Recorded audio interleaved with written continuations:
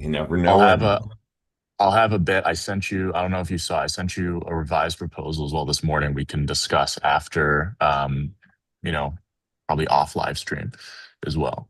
Great. I can pause too, but yeah, we'll do it. We'll do it towards Mhm. the end. We'll do the latter part.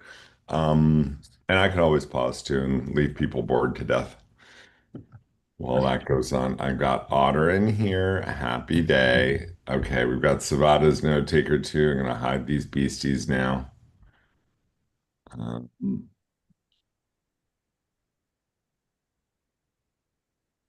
no, it's not letting me do it. Damn. All right.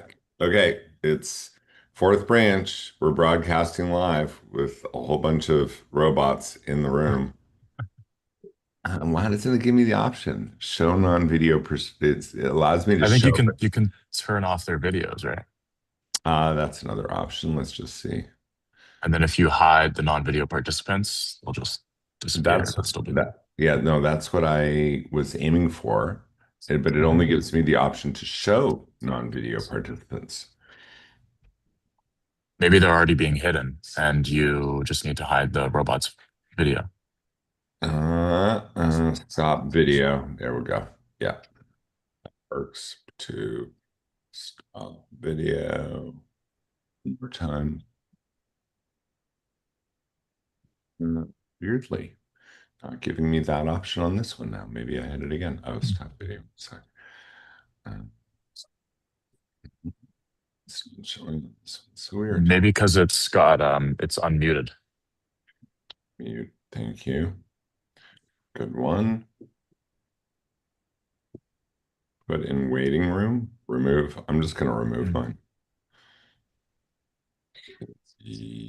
Yep. Remove. Grilling live stream content here. For it. There we go. I know. Exciting stuff. It's all editable.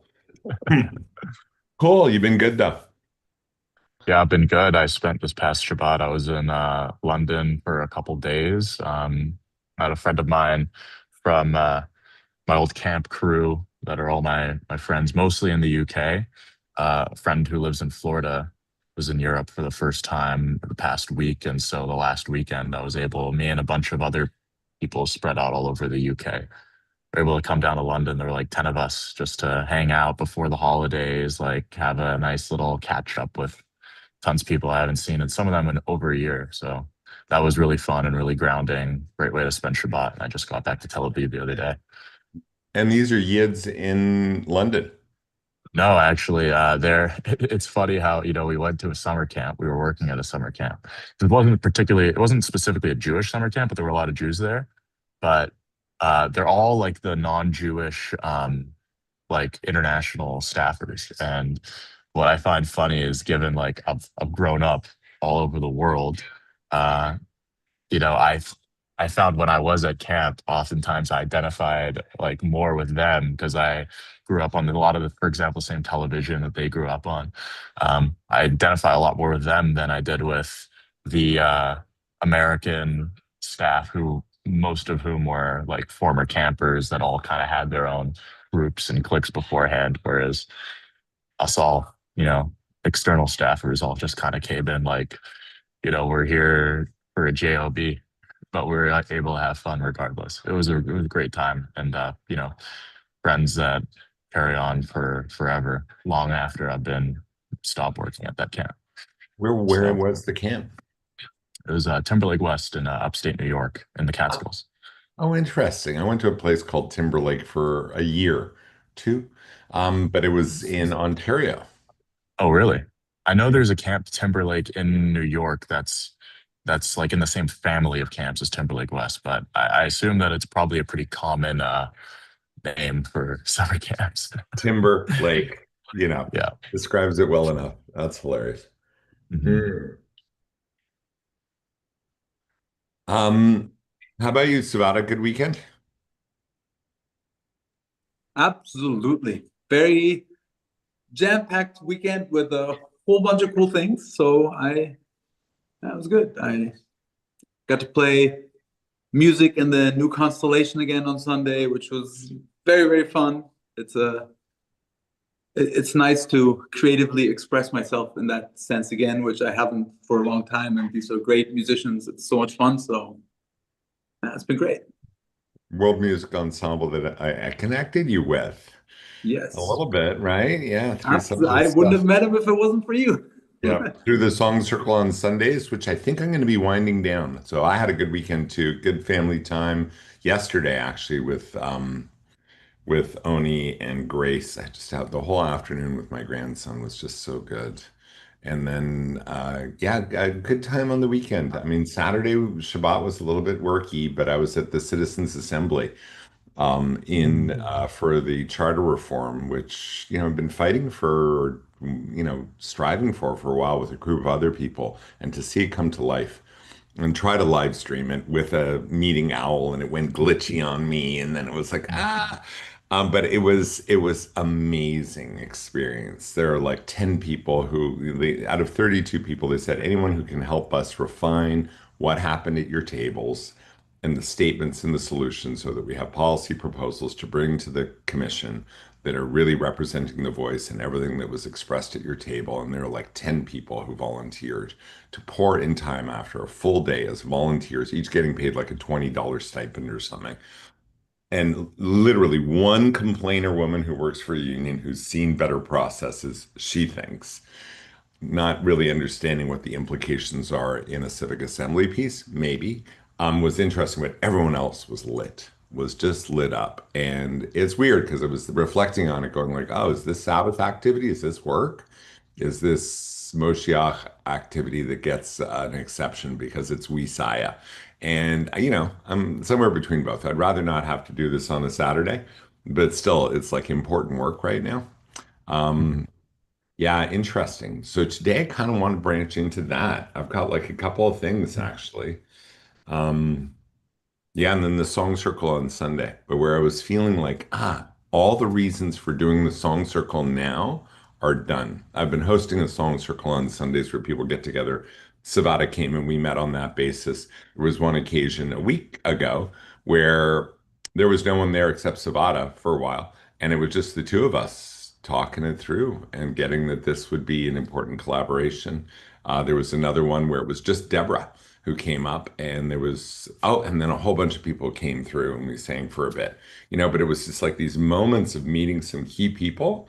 And I got on Sunday, it's good for now. I need all my energy and focus for this. It's been really interesting just to address shadow at a deeper level, what's really going on inside about my hesitation to be all in from past experiences in entrepreneurship, and specifically around this project where I had other team who were being paid, but it felt like it was like they weren't as fully aligned. In fact, they weren't aligned. They didn't have projects themselves going in the core team of this one that were already peeling in this direction, and where you could see the uplift for everyone like Deborah, yourself, for Christina, who I hope will join, who's like, the Yale MBA. Her work is just like already heading in this direction, but for like Y Combinator, Techstars entrepreneurs to have life work balance and not burn out in startup. But she couldn't get traction yet quite in the industry from her allies, from Techstars itself, to say, yeah, this should be a priority. We'd like to endorse and support what you're doing and help you get funding. She couldn't fully get funding for this. She's like flabbergasted. What's going on? But it's what I found in the democracy space too, is that people who are invested and won in the de facto game have a very hard time putting aside their bias that got them to win in the de facto game, not see them as fools, see themselves effectively. You have to get to this somehow as fools of the existing game, that this person bringing a solution, Christina or me, is representing, oh, maybe there's something I'm not doing right now. Mhm. And even though I won as the 1 out of 10 that succeeded as an entrepreneur, I don't really have time for the 9 out of 10 that fail.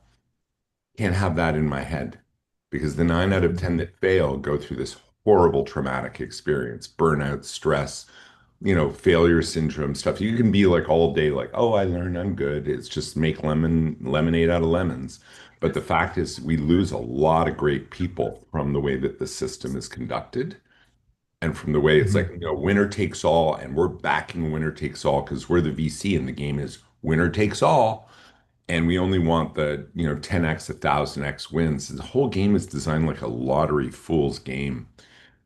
So Mhm. when I tell her that we're going for solopreneurs, she's like, I've already been thinking that I should redirect to the people who really need it and who need it more, right? It's like Kiva loan circles. These are people who flying alone, you don't know what you're going to do. You don't have the big backup. You don't have Y Combinator, and you're working on a local thing that doesn't even have the same gloss and glamour of an AI startup, which is still a lottery spin. There's murmurings that OpenAI will not make it through the year, right? Because of the You burn rate. see, you see what Microsoft has announced as well with Copilot AI, and Yeah. that's supposedly the only solid, you know, real B2B product so far because, uh, they have that whole network effect. When I used to work at Microsoft, products would sell themselves because you had people that had experience or buy into the whole suite before, and it just unlocked that whole market. And they're starting to see that, okay, just shifting this from, a chatbot people use to, write their homework for them, um, is not as easy to implement to existing systems. And that's what I think is exciting about this as well. Again, I've said before, and I'll keep saying as many times as necessary, um, is that really focusing on the localpreneur. One thing I was thinking about over this weekend as well was how, a lot of the parts of this business so far have been developed with AI, for things like proposals, structures, working through ideas. And I think in many ways, what Locomore wants to do is one, you know, in addition to establishing the network effects and creating this network of solopreneurs, local entrepreneurs, is really being able to have a system built from the ground up for those people that's able to help them use AI in the same ways that we are, and the ways that are going to be most effective for them, and having those network effects and that community of data points be really serving them and their businesses. And that's an area that, for many reasons, Microsoft won't really be able to touch. Yeah. And what's happening with Copilot? There's some pushback. Is that the idea? Microsoft Or is just they're scaling back investment in it. And I've seen friends of mine here that work at huge companies. I won't name names, but I'm talking about like uh, 10+ billion-dollar corporations, publicly traded, that are based here in Israel, that are trying to implement Copilot into their operational systems, and it's just not really working out because you're trying to kind of create a square hole or a round hole for a square peg, and you're trying to approach these things from Microsoft perspective of, we have these massive corporations, these massive businesses that have huge contracts with us. Their boards of directors, their shareholders are saying, you need to implement more AI. How do we do that? Well, let's go to our vendor Microsoft here, and then they'll kind of shoehorn something together that is kind of like a chat GPT for your company, and or some other glorified wrapper, but it doesn't really achieve any specific task other than just cognitive offloading for their labor force. Doesn't really expand any capabilities for them. And I think the remarkable part, what I'm beginning to realize with Locomore, is that you need to start small, because the massive changes that you're looking for aren't necessarily going to be realized at that top level, because those business models are already created. They're already functioning. Business models that are going to most see the impact and the use case from these haven't even necessarily been developed yet, or that they're at the early stages of being developed. fair point. The other thing that I think we can see this guy, Mateus, who lives here at my friend's trailer for the month.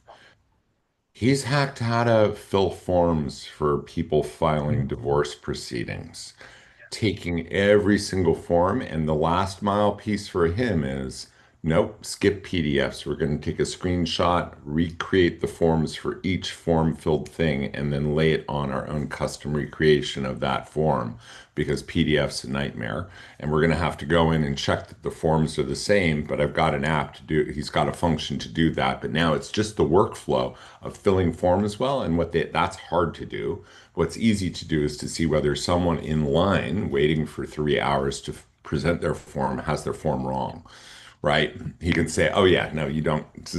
That's an easy one to analyze because any like Thai family member who was looking at his immigration application form previously. So he's working on very specific, narrowly focused things where the last mile's figured out, and then you can automate it. But if you're in a corporation that does those things, the people whose behaviors and work will be tracked are not in for killing themselves. That's Yeah. another thing psychologically that you don't have enthusiastic entrepreneurs like him who want to Mhm. scale and in fact, frankly, you have to pay $1,000 for someone to do this. So the bottom of the market doesn't get served. So he's Mhm. not really killing anyone's jobs. The high end's going to say, I need to do this with a person. The middle part that gets stressed from spending $1,000, they'll love this. And the typical immigration and divorce lawyer is going to lose a bunch of clients. But the bottom that waits in line, that's his people, $20 product, right?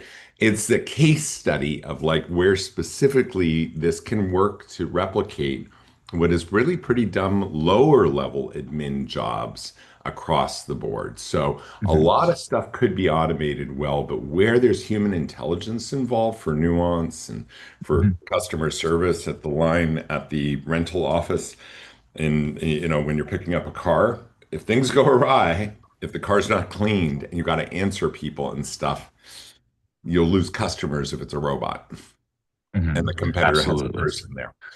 Absolutely. I think an interesting part with that as well is that, for that specific use case you were saying, trying to understand my divorce filings or my immigration filings. And, you know, I feel like the approach that a lot of large corporates like OpenAI might say is, there's going to be tools on our platform that handle it all for you. Upload it and we'll be able to handle it for you. But again, as you're saying, that human factor is something that people still very much value and is important. What it creates is almost this filter system where you can have individual entrepreneurs, humans that are able to identify key areas in the market where they maybe have a little bit of expertise, probably have a little bit of expertise at least, and are able to use AI to help create an environment where people are able to be filtered as necessary, right? Okay, these forms are largely in order. You should be fine to be able to continue on your own at this pace. Or I see a few issues. This is going to require some extra help. I would liken it to almost like seeing a general practitioner or a family doctor before they give you a referral to a specialist if they can't solve your case on their own, right? Um, this is something that enables that, where humans are using the technology to actually enable more human action instead of, you know, the thing that people are worried about and that the big players aren't in Silicon Valley aren't really doing anything to address, which is you guys just want this to destroy all human work. It's like, no, we want it to enable more human work. We want it to augment it and allow for more people to do more on their own. Yeah, the upskilling path and the reskilling path is intrinsic and should be through people who are already facile familiar and immersed in the ecosystems in which this productivity tool, assessment tool. So like, basically a school is a group, is a facilitated group. And what Joe Leamant with Alpha School and Time Back was like, oh, we can get the kids to learn 4 times as much, 8 times as much in the same amount of time in one day if they're on the machines all the time. What geniuses we will breed, right? As a productivity engineer who is using similar technology to get call answer centers to be more productive and effective. He was training and rewarding and incentivizing people in the Philippines who do at some level want to work that 8 hours a day at 20 bucks an hour, whatever they're getting paid 10 bucks an hour, 5 bucks an hour for the corporate to get the discount on really great customer service overseas. So he made billions of dollars doing this. And then he's like, a school, fix a school the same way. And he saw a friend putting her children into a school in Austin that was like co-learning and whatever, and they were using some online learning tools. He was like, "Your online, I love what you're doing there. It's a little bit crazy, but your online stuff sucks. And so I won't send my kids there because the quality is too low. But I love what you're doing. Okay, hold on a second. That's where I can apply my skills." And he created Time Back. The 8X, the parents were like, "We don't want that." And then it was like, "Oh, we can teach your kids twice as much in 2 hours a day." And then they have the rest of the time free. Performance that's exceptional. SAT scores like 1,500, if not 1,600, for all the kids who come through the program, no matter what their learning style, because it's adaptive and playful. And it's Netflix meets freaking like Fortnite, but personalized Mhm. on Right. crack for education. And then they have the 6 hours a day of school or 5 hours, whatever's left, to just play and do group work. So teachers in that context, what are they? Mhm. They're no longer the people necessarily at the front of the class. You'll have some specialists who are super charismatic that will do specialized learning. But what you really have are facilitators who are there to just nurture each kid with a lot of time and love.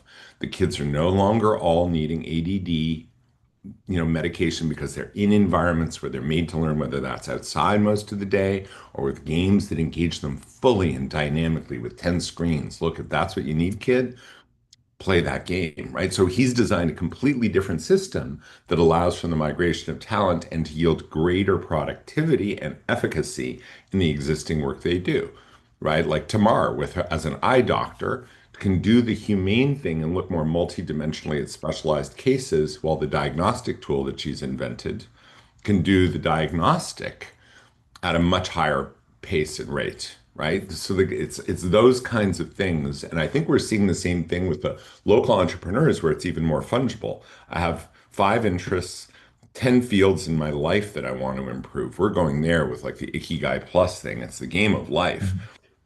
I have to take care of a dying parent, and I've been talking about like how we probably want to look at how we graphically represent people's ikigais on the different dimensions of their life, where you see need to get paid for shrink to zero, Mhm. right? In many instances, because you're volunteering, you care, it's your give back, it's your mom. And so you're going to show up very differently there, and you don't even want to. But I do need help. That's that who Mhm. piece. I can't do this one alone. I will burn out, right? I do need to figure out, I want the challenge of learning this, but only so much. I don't want to become the super caregiver. That's not in my nature. How do I migrate to be a very good caregiver? And how do I get rally the resources? Oh, you know what? You have the gift of making a lot of money, or you can trade this skill when you're in town where she lives because they need that, right? There's a lot of different ways we can map the offers, asks, needs, expression around love, friendship. Which stage are you at for love? Are you really think you can step right into making the decision for who you're going to marry? Like now, I think maybe you've got some learning to do and some try to before you buy, you know? Or maybe we can get you the perfect match and you're just going to stick it out because you can make a go of it with anyone, right? If Mhm. that's what you believe right now, I'm not going to fully disagree with you, but stats show that's not a good way to go. Do some dating, Mhm. get to know some people, learn yourself a little Mhm. bit, right? It's so many layers of how the game gets played or the when, right? So Mhm. that's where the Ikigai Plus is important because you start to see where those different functions behave more in different dimensions of life and where a lot of the career paths that we'll take, we nurture as avocations before we get into them. Mhm. Yesterday, I was walking with my friend Mark Lowenstein, born on my same birthday, coming through town, has worked for in telecommunications, pioneering wireless consultant. Worked for Verizon for a couple of years, or like I think it was 2 years. Moved to New Jersey from Boston, where they had built community, where he's involved in town assembly thing that they have there. Just learned so much about him yesterday in a conversation. But key most. He's been an avid hiker. He started to build a curated list of the best, not hiking sites, but runs in every city in the world. is got a following of 100,000 users now, and he's nurtured that. So, wireless isn't the same. You're not going to have a 5G revolution that's going to happen with outside consultants anymore. It's all in-house, like Netflix, right? It's all in-house production at a certain point. But so he's built this other thing that went from a vocation to now it's a business. And he's going to Mhm. shift to that. And his wife, who teaches elementary school, is going to shift over to, she doesn't know what yet. I'm like, you're going to be an online and in-person move, like maybe like a teaching coach for, time back alpha school. Get on the road and live freedom. He's going to be paid to travel everywhere where he likes to, where he wants to go most to see where the best hikes and trails are. Anyway, it's a case study of someone who has the resources as a graduate of a really good school in Boston to know how to manage his own future proofing and his evolution and to make it rewarding. He's done that thinking. Localpreneurs, not at all. Mhm. Yeah.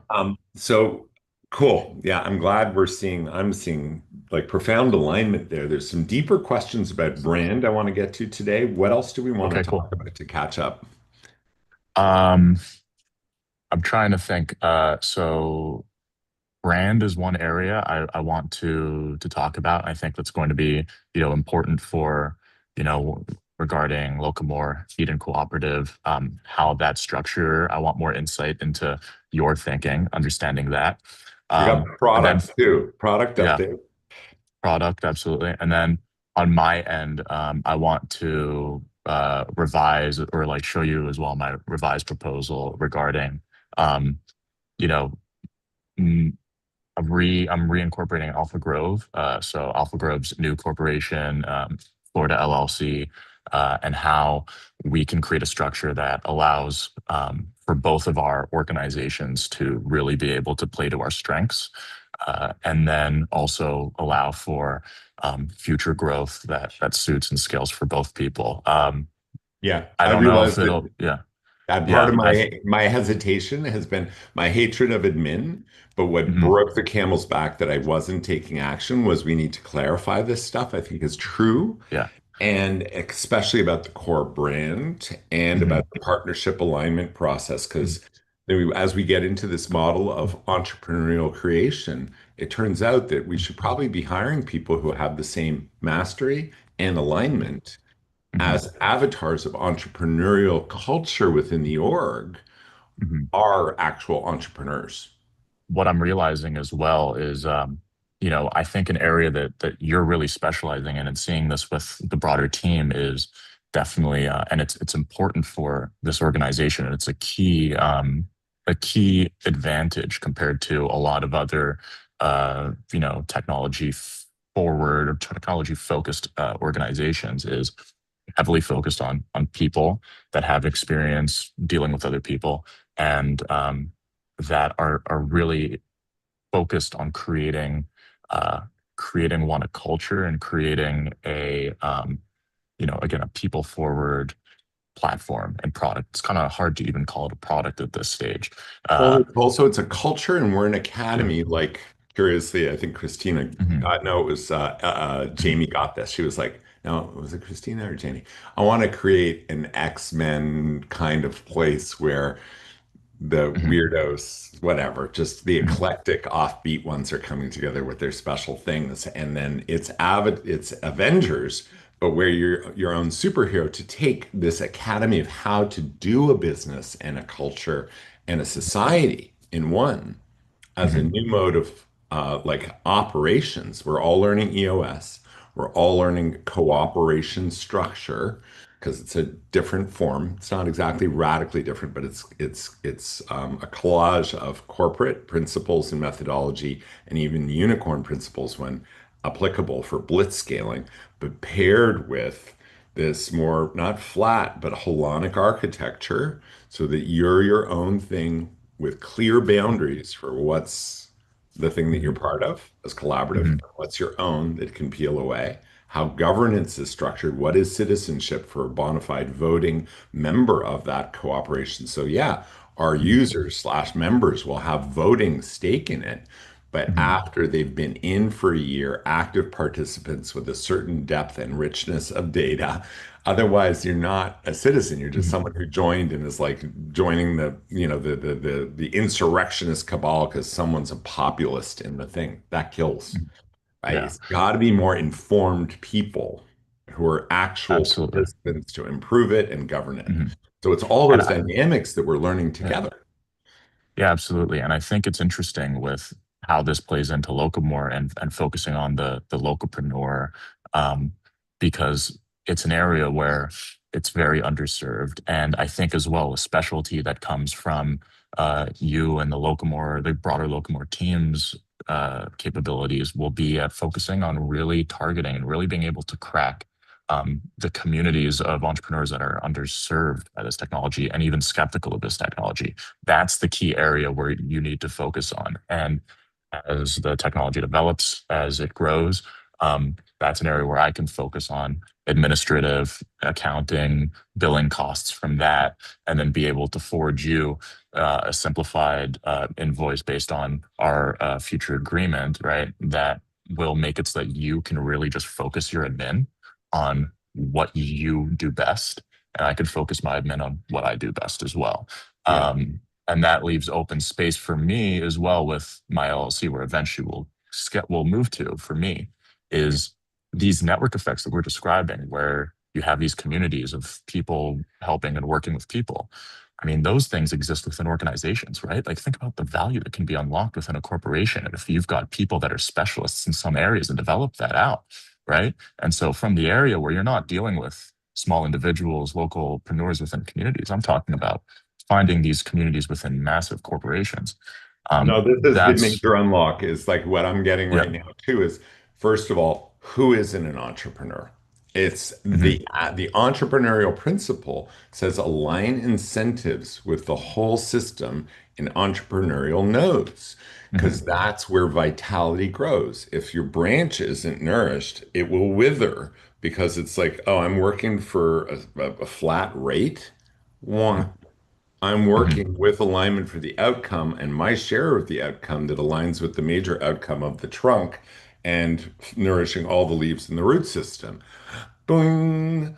If Hmm. it's not all generative in that way and distributed with incentives, right? Charlie Munger's thing. If you want to see the outcomes, track the incentives. You don't have any way of distributing incentive and then redefining that dynamically. And so everyone's an entrepreneur because Yes. anything less is equals you're a cog. You're neither free nor Hmm. rewarded. And Hmm. that's just like, that's done, right? So, in a way, I mean, it's a wild statement, but who isn't, right? Some more locally focused, always adaptable and perhaps portable or ported into these. So, what the Lithuanian woman who introduced me to Lucas are both about the breaking organizations to become self-organized in like Hmm. long setup and warm up, but it's mostly with the CEO and the leadership team and the board to say you see it stagnating, you see competitors about to kill you or doing this and succeeding. You have to migrate now because this is the distinct competitive advantage is all your people are lit using productivity tools and multipliers to become more lit and more empowered.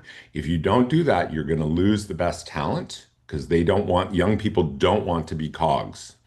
And any Hmm. company that's going to create an ecosystem that validates them as entrepreneurs will win.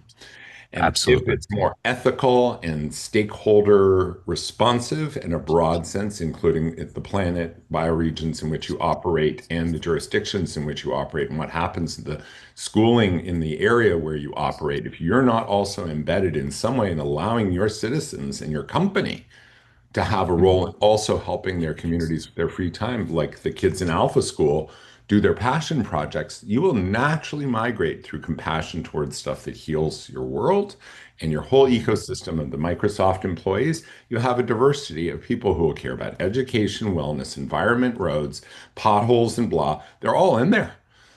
Yeah. So if you can become a model of multiplication, you preserve value as a corporate systems operator in a growing ecosystem. It's all win. You're just going to take less of the growth share home. You will Hmm. grow, you will double, which is Hmm. good enough alpha school boss Joe Lehman. You'll make a lot of money, but the 10x growth that's going to come with this thing, the lion's share is going to better distribution this time, both within the Absolutely. organization to the individuals and externally, because that's Hmm. what really drives us in a whole way. So I'm getting a little bit abstract with it here, but you see Hmm. where the synergy of the who, and very aligned with Hmm. what you're saying, bringing alpha growth to organizations is Hmm. bringing the intelligence system where Deborah's going to bring the engagement system. And maybe someone is going to Hmm. do it differently in Denmark because they frickin' speak Danish. And she's going to be like, take the lion's share of the Danish thing, but feed back to the mothership of methodologies. I think my next part of the proposal really links in with that because there's sort of an elephant in the room about intellectual property ownership, right? Yeah. And there's like three different approaches that I saw. One I believe in the strongest, and I'll get to that part last. So the first is having some sort of joint ownership between the two entities. I'm not a fan of this because it's high legal complexity and creates headaches down the line. Next We one can is swap shares is pretty easy, actually. But then the next one is having a single owner with perpetual licensing, less complexity, but makes incentives misaligned. I think the strongest one is having an open source, strong copyleft approach Hmm. towards the creation of the software. And so what we would do is we would in the proposal, it would be any sort of tooling or SDKs that are created use like an Apache style permissive license. So if people want to develop on top of that, they can, even for commercial projects. But then for the core Locomore client and server systems, use a GPL or a GPL license respectively. And basically what that requires is that anyone who uses that code has to maintain that open standard as it continues. It's copy left, strong copy left. And I think that that aligns deeply with my personal opinions on open source software. And I think aligns well with Locomore's mission and allows for the product to further grow throughout the world. Um, and it really creates an environment where Locomore's key proposition and key moat is not within locking out people and excluding people through software, but instead through things like trust and network effects and community, which are the areas that your team is really specializing in. Yeah, agreed. Agreed. So it's like the Linux Red Hat model, right? Is probably Yes. our best scaled version of it. Hmm. It became then part of IBM, but then other people doing it Hmm. differently. It works well. There's, yeah, some product design features that still went sour because IBM didn't adopt this entrepreneurial, self-governed ecosystem that has the goal of progressively exiting or migrating to community governance with bona fide Hmm. citizens. And that's a missing piece in this model that Hmm. culturally, organizationally, and structurally, it's not just open source compliant Hmm. partners, it's culturally principled partners who are looking at the code of the organization too, and the culture 100%. even of the organization. Harder to quantify in some ways, but we'll have a deeper conversation about this. We don't have to have it all buttoned up right now. We just need to know Absolutely. that we get it, that this is the orientation we're going towards, the principles of the IP. Like I Hmm. think Jamie said, you might have trouble raising VC funding if you don't have security on the IP. My non-dilutive capital doesn't care whether I own the whole world around Hmm. this. If we have the right to use and then implement the IP in our world, and we choose Hmm. not to have Alpha Grove as our eternal contractor maintaining it internally, we can Hmm. incentivize someone else to maintain it because his focus is elsewhere, not off the Hmm. ball, just elsewhere. And so maybe it's a division of, or maybe it is a contract that continues, right? Hmm. Whatever it is, or it's our own, and we say we're bringing it in-house because we have someone who wants to entrepreneur this, and they're very excited to Hmm. take the lead on maintaining and getting the satisfaction rewards of, everyone's saying great Hmm. implementation of the open source Alpha Growth protocol. We love how Hmm. you guys are doing it internally. Okay, extra points for whoever our person is that replaces you as the hands-on for the Hmm. Locomore application. Yeah, that's I Yeah. could see it. We there's some experiments in this because very few organizations have done it this way. These are Hmm. relatively new tools, all market tested, all proving to do well, but not yet synergized in an instance of scale. So Hmm. this is what's experimental, why Christina matters tremendously, because she's got that strategic Yale MBA nature to be able to say, not I'm going to manage it all. I know the Mhm. who in my network and what that takes, who are also now life work balanced people who are left Mhm. right brain, like everyone on this team has left right brain balance. So we can talk to our ultra geeky members on the team, which we need, Mhm. and the Yeah. introverts and the super dynamic, charismatic, easy flowy, goey ones who are like very, Mhm. emotional, but intelligent and Mhm. consulted. That's what she knows how to really do. She's really been thinking deeply about it. So where she's been thinking about it for the ninjas of entrepreneurship, and then there's absolutely no reason to not to Mhm. bring that to every entrepreneur as like the academy of what we're offering in a way to everyone to be an entrepreneur in your life, in your love. You can Mhm. look at it in the same way, take responsibility, right? Around Mhm. these things, we're going to give you the tools and a better dashboard that suits you to take responsibility. Bring Mhm. your info in, bring your heart song in first. Okay, now it's a trust question. Were you ready to take the leap to put all your info in this vault because it's just sitting out there in the corporate freaking robbed thing? That's going to be a big leap for each person to be able to get that sanitized, normalized, universal data from all their main sources. And especially when we get the financial transactions and they open a payment account within our ecosystem that's a credit union like Mhm. partner, woof, what happens in that ecosystem is just that's so it is the trust engine in so many ways, and it's this empowerment narrative and experience that people will have. That yeah, I'm glad you're seeing it too. I was very curious where you pivoted so quickly into the ikigai, right? Mhm. When we were doing matching platform, and I think you really, really got, and it's taken me a while to come fully into it again, is it's such a great cold start, immediate value Mhm. proposition. We don't need Yeah. 10 users for that to be satisfying, much Yeah, less a it doesn't thousand. require a lot of these different extractive network effects. When Cambridge Analytica was doing their data scraping with their Facebook surveys and whatnot, they were, looking at it based off big five personality traits. And I think that this process instead is so much more compelling for not just our use case, but really any sort of positive use case where you're trying to grow people instead of divide people against each other, right? It's about what do I offer, not what makes me different, you know, cognitively from other people, but it's like, how do I contribute to this world and what do I want the world to look like? Yeah. Um, So what do really, you think really about great thing. what do you think about integrating the Ikigai Plus framework with those different dimensions? I'm not sure that they're it. I wonder where to look. I'm going to be Hmm. talking to my friend Greg Stock this afternoon, who developed a book Hmm. of questions, and he's a PhD in social science related to this. Hmm. He had Hmm. Esther Dyson on his board. So, for a number of reasons, I want to talk to him because there's something about having a wisdom board for this that Hmm. accesses both the high end of data privacy agency, social science, anthropological science.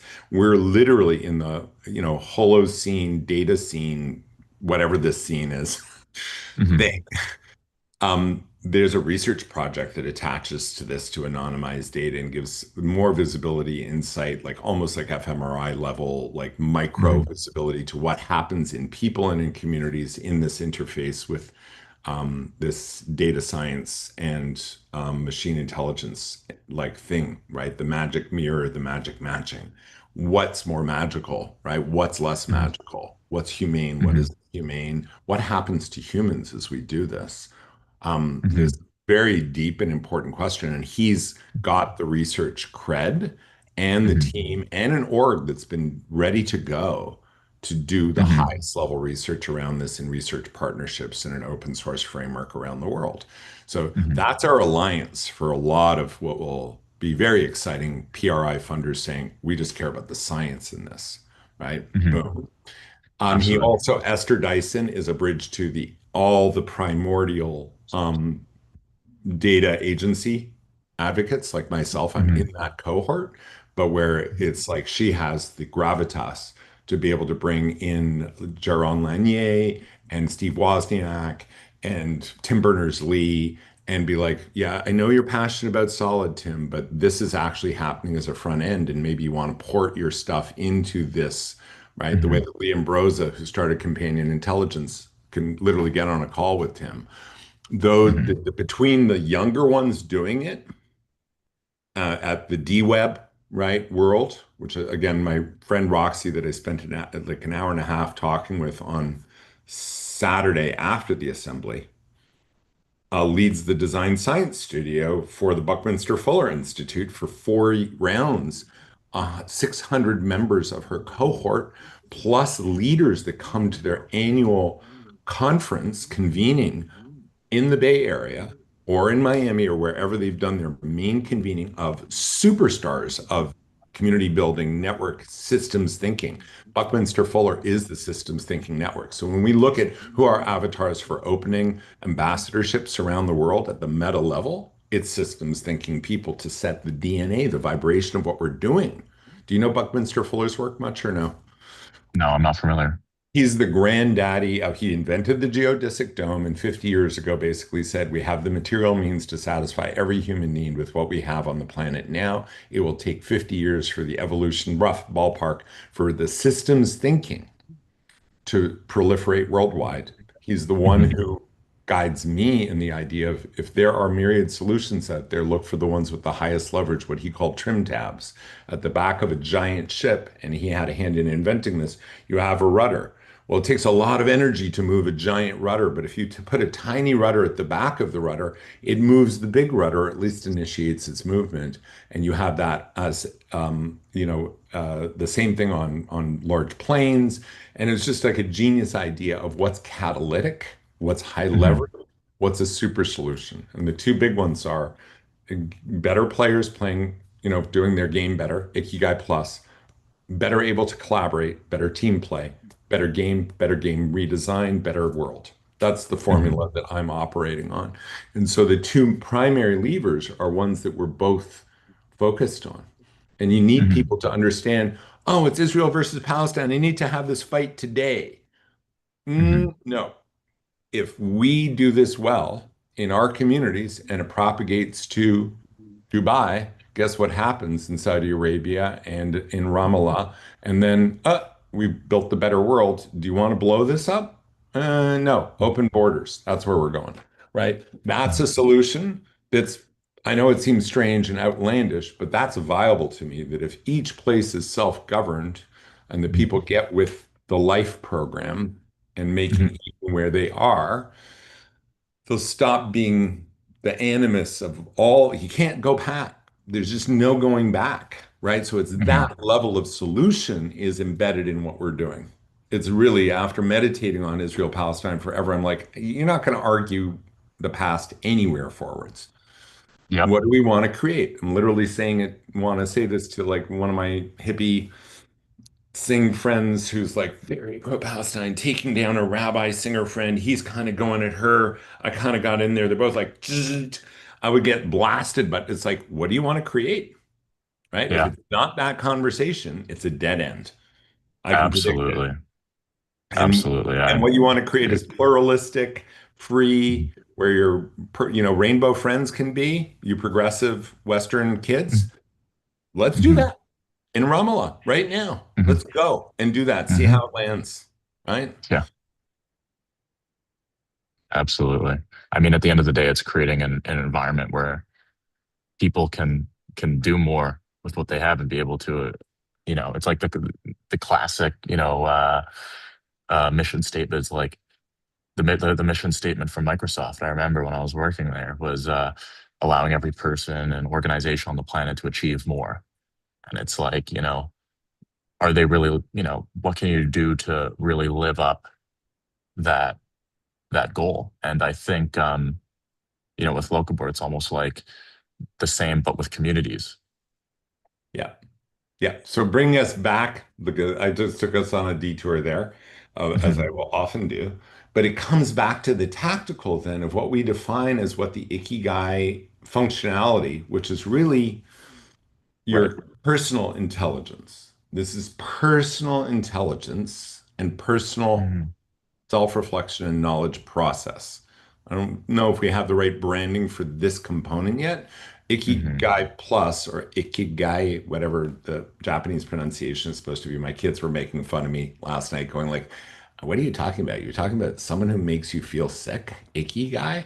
I'm like, no, no, no. It's a Yeah. framework for, but the plus is important to get right. The social science will inform how we have prompts that frame the journey Hmm. because I can see where it's gone for me has been super powerful. Like I can tell you, my second round, do you get to read the stuff too and see what the I responses could are? I could dig through the logs, but it's not very user friendly. I don't have a system where it like spits me out the outputs.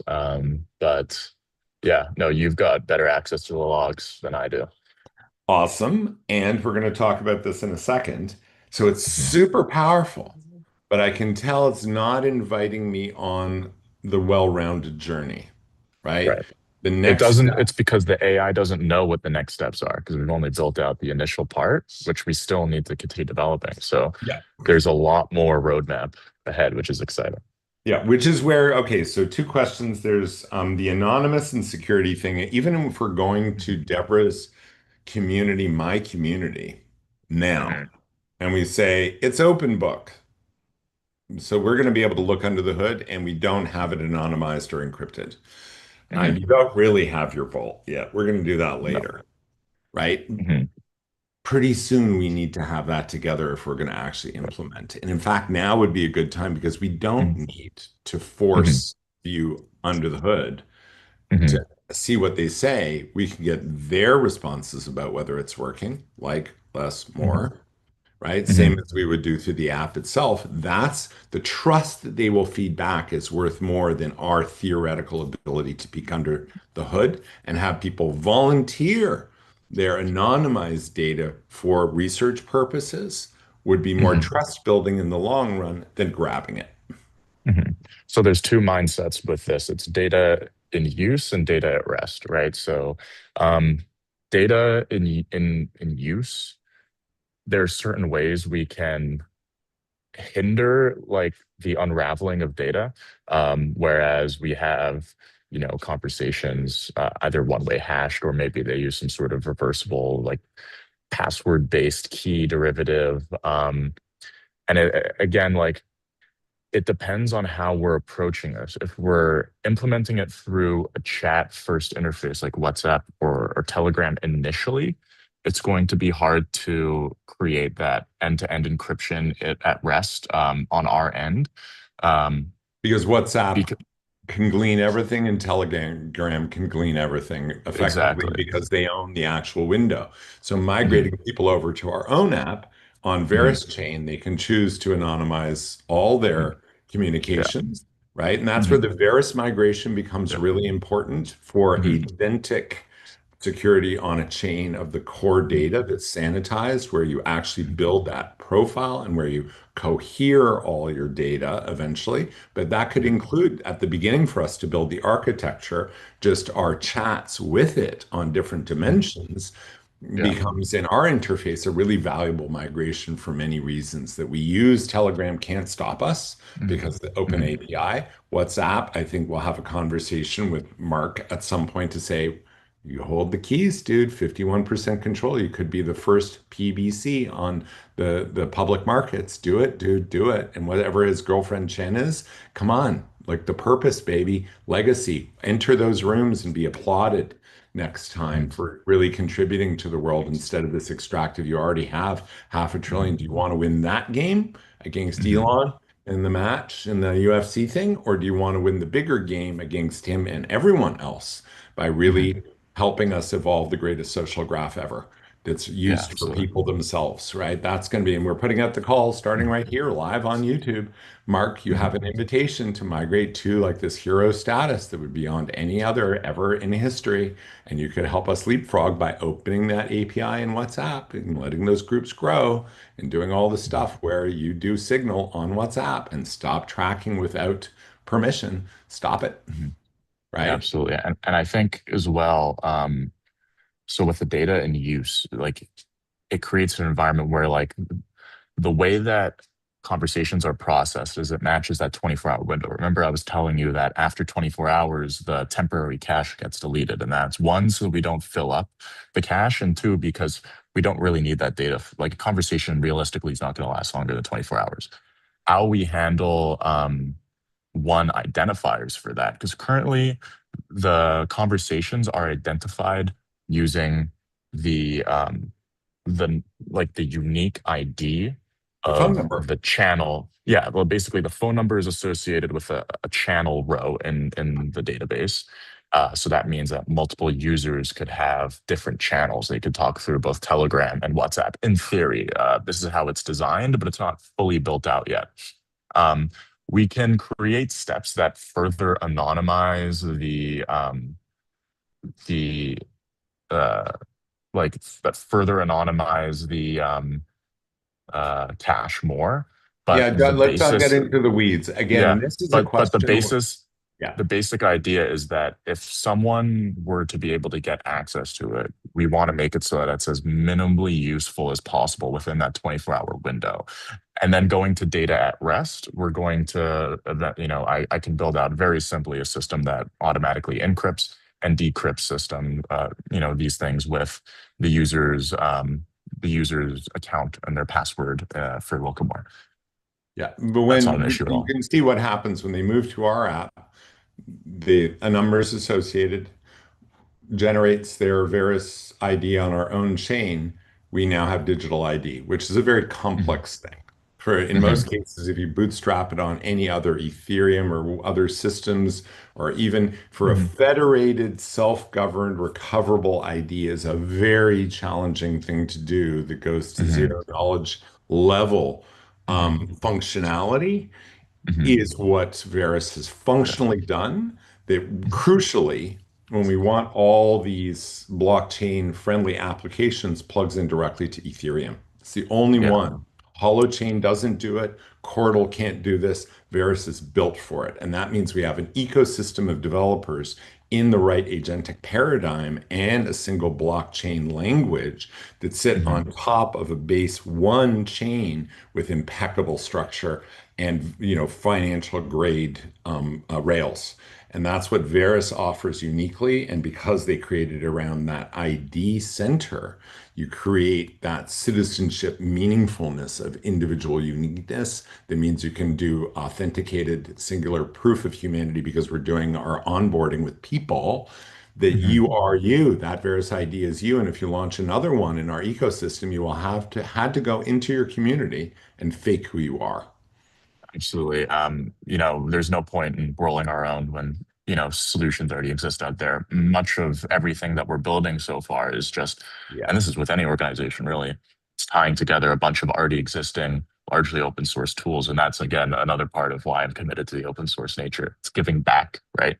Um, and I think additionally with that, being able to protect the data at rest, one thing we can do is really have it be a system where, the data as it's being used,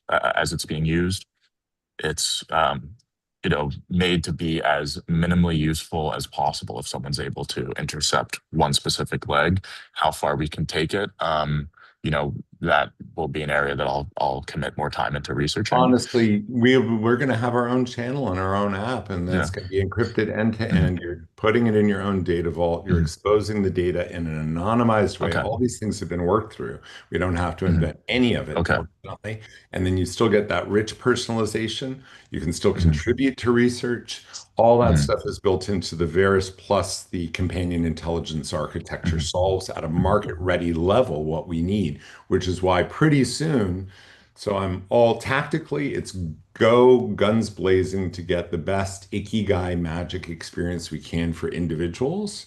And then you can Mhm. quickly see, and this is where I'm getting some tactical resistance from people who don't understand the depth of the trust engine and how vital it is for this to really go, that there's no shortcut answers for not Uh-huh. building to the correct architecture sooner. And it's not super expensive, but it means Mhm. that we need to have a clear story that we're coherent, that because Mhm. trust is important, Deborah's work is paramount. For our beta Mhm. groups, we're using what we have with open source tools, and everyone knows you don't have to pour your heart song in here. We're going to do our best to protect it.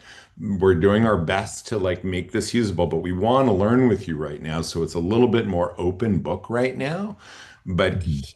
it's very soon we're running parallel tracks weekly to Yes. also develop the meta mega architecture so that I'm Mhm. going with clarity to funders. You're helping us fund tactical and migrating as soon as we can to the correct architecture. And we're going to take this as our growth engine for trust in the most robust framework with the best coders we can get. And we need budget for this to be ready Mhm. to scale mega. Are you that funder that maps to privacy, social science, entrepreneurial agency, local entrepreneurship and economy, community-based, non-local stuff? Do you get this? Do you get what we're Mhm. doing? I get 3 out of 5. I'm like, you're Mhm. not our investor. Mhm. I think a key area that you're going to want to focus in as well, and will be a big part of the challenge, because one part of it is, trying to explain, how the AI system as a whole works and helps and enables, local community, and entrepreneurs. But then, as we're working kind of at in parallel, like you said, I think it's important, and I'll get into this a bit more later, to really be future focused and building a solid foundation that will allow us to, not build one product and then, okay, we got our proof of concept, scrap it, and then move to something else. Everything will be evolving. Um, I Ah, really like the idea of implementing these blockchain solutions, but an area historically, because blockchain's been around for at least a little while now, it's really difficult, and it's been difficult for people that really understand the technology, to sell it and communicate it to, the types of people that you are primarily focusing on. And so that will be a key challenge, which is how do we make it so that, my part of my challenge is making it as frictionless as possible, as user friendly as possible, while yeah. maintaining that ultimate high level of sovereignty and data privacy. Users Whereas don't you, need to. It's not for the Mhm. users. They don't even care. We could use a Mhm. standard database architecture. In many ways, we will use Mhm. Supabase and so on because it's just more functional for a lot of the flows in it. But Mhm. where the core data resides, where you have your Mhm. portable, three-dimensional blockchain technology embedded within the Verus chain methodology and our own chain and Verus ID, and that your LLM is your personal LLM store with a community-based hub that's mirrored in a cloud-based backup for archiving that's like in a vault somewhere below the ground in case there's a neutron bomb or something. All the things that, best practice companies do, we're going to do Yeah. using best practice stuff. It's implementing them at a level Mhm. where the trust leaders can look under the hood and say, yeah, first I helped design this. Mhm. We are evolving the protocols and standards that will be embedded by this to make it even better. What they've chosen so far is best in breed.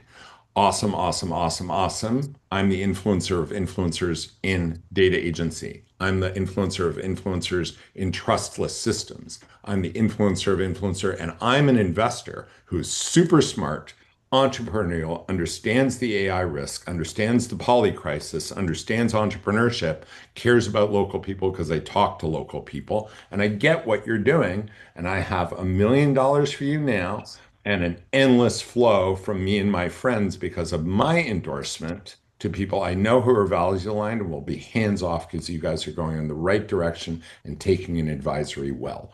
That's who we want and who we're going to. And I don't need to explain the blockchain to anyone except Mhm. those people because everything else, like describing the piping in a house that someone's going to buy, a beautiful condo in a great location, they just don't need to know. They need to hear from the plumber and the plumber's expert that you got the right plumbing in, Mhm. right? That's what we're Absolutely. talking about. So it's really where I asked the guys at Cordal, how simple is your wallet to onboard to? Well, blah, blah, blah. I'm like, dead, Mhm. right? Just not happening. If you can't use your bank account to just use ACH from any bank into our credit union partner that has crypto, turn it into tokens, points, Mhm. done, right?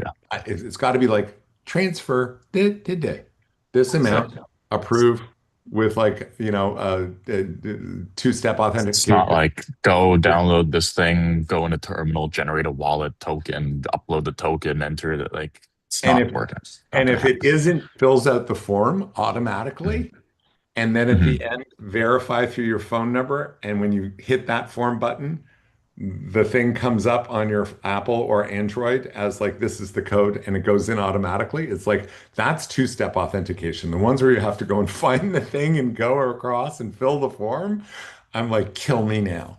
And we know that Mhm. there are ways of doing that that cost you nothing, basically. Yeah. So no Yeah. excuse not to have that level of usability across the board. So when they come into our environment, it's that level of functionality when we're taking it public, right? Absolutely. Yeah. Absolutely. And you know this experience. We all live through it. We're like, how can Yeah. these large corporations, especially for stuff that looks like a newsletter, and I need to do 3 steps, 5 steps, refill a thing. It's like it's your fucking newsletter. Why are you making me jump through hoops of security or even worse is like my utility. What's going hmm to happen if someone cracks into my utility bill? They're going to pay hmm it for me? Are they going to steal my data? Why do you Yeah. have like 20-step poorly designed authentication You know, instead of like, it's funny in the UK. I have an account, a current account with Lloyd's Bank, and whenever I try to log in, like I can't get into my account now because there's some word that I was either assigned or I typed in like a phrase.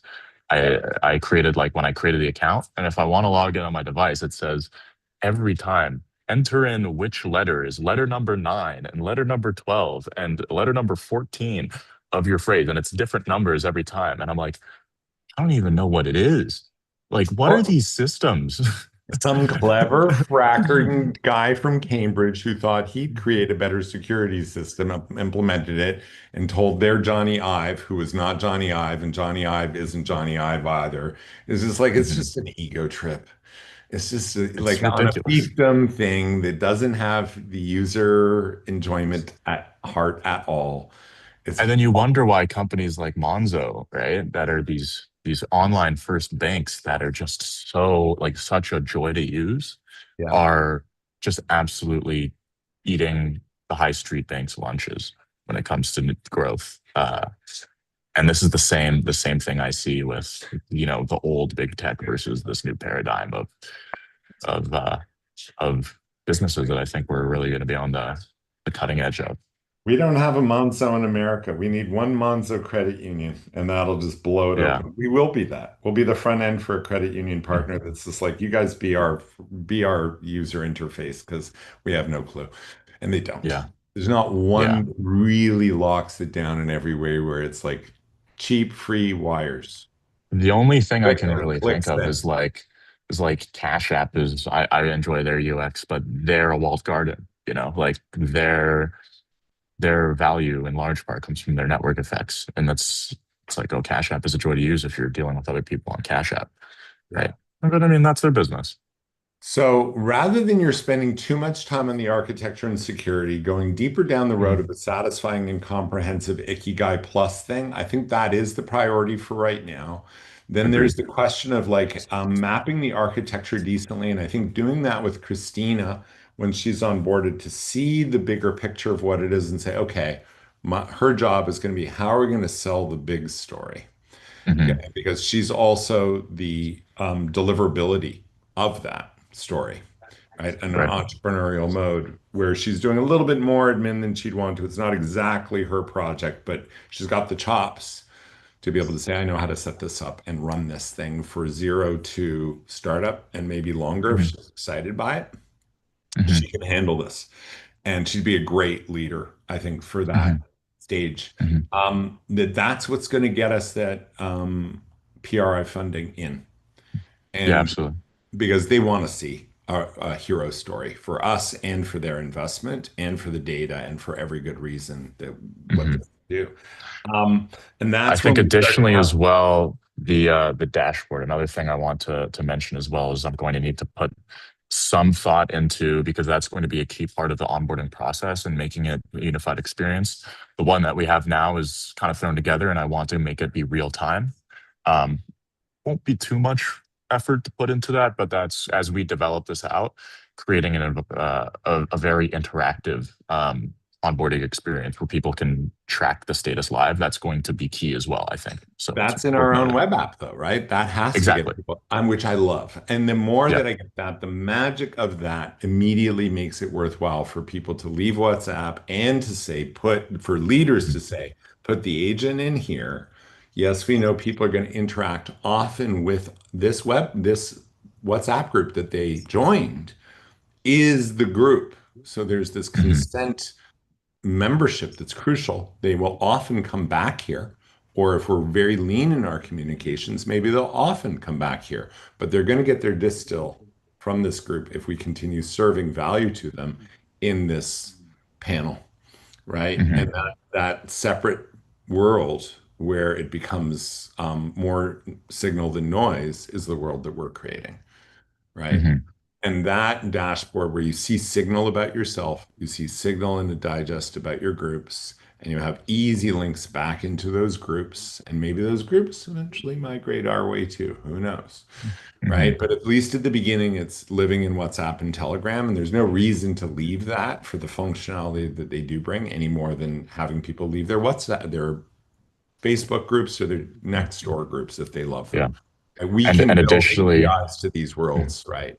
And additionally, I think that the approach with V2 as well is going to be largely built off of at least the way that I see a great use case. I think I've mentioned before is expanding upon Telegram, where everything from their server libraries to client libraries are all open source, where we can really build a new app that focuses as first of all being Locomore, but then also integrating where, hey, you can use this as your Telegram client as well.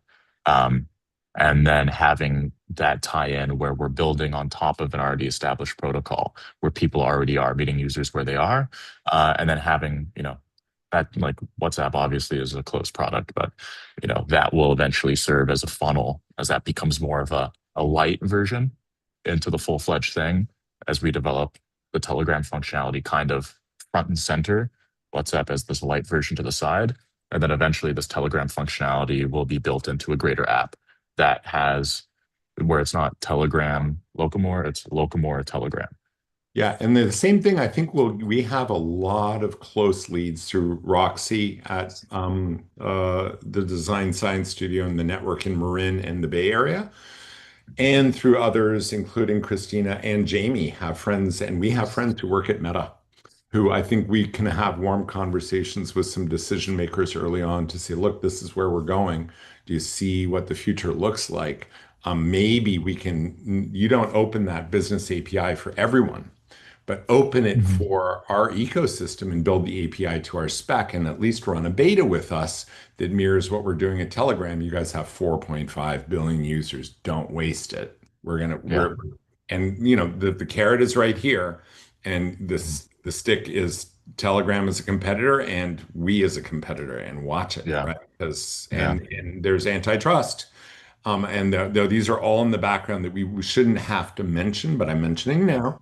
And Mark, We can let them eat eventually when cake. you see this video, you'll be like, oh, thank God you kind of spelled out the direction we could go in a good, clear way there, Scotty boy, right? Because it could be really good. It could be really, really good. Because the other thing we don't want to have to reinvent is all the wonderful functionality that they've created to create stickiness and do stuff, and then tweak it to be more pro-social, less ad-driven, more about I think the model that we're going to wind up going for that I think will be strong is if we have visibility into people's economic activity and we can show uplift at the community level, at the community, like at the, WhatsApp community level, if there is an economic activity for that leader, that influencer, whatever, or at the place-based community level, and then individually for each entrepreneur, if we can show the uplift demonstrably from where their baseline is now to where it goes in the next couple of years, and we're making money on the uplift, we are so win-win and aligned with everyone that people won't mind. Take a 10% cut on the growth and then a 1-2% cut on future from the perpetual ongoing. And we're just on the uplift because we're betting that we can really create a much bigger pie doing things this way. And that much bigger pie creates enough economic incentive to grow the pie. That's our job.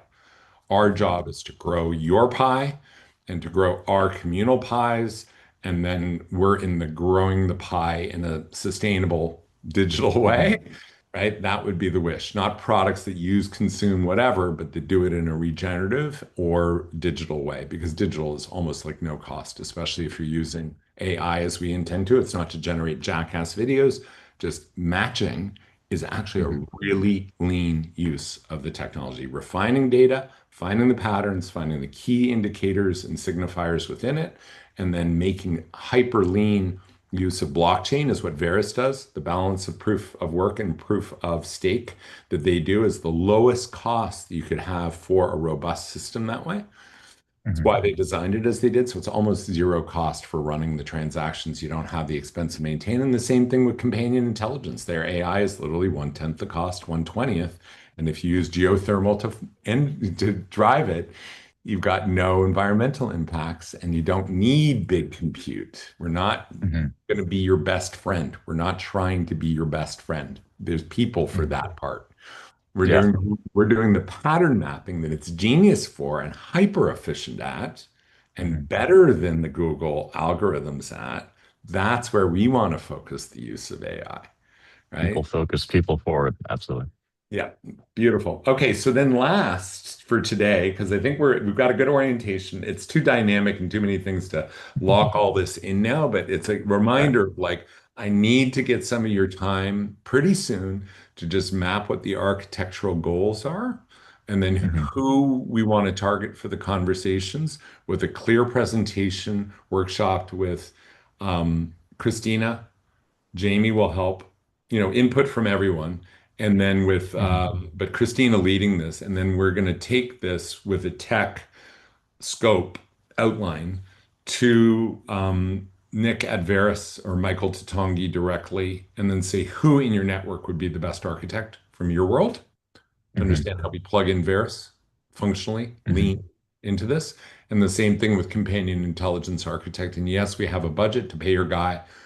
Okay, it's 500 bucks an hour to help scope it and the budget for the integration so that when we go to the funders, our first million is going to be spent on tech, on the tech side, if that's what's required for the integration.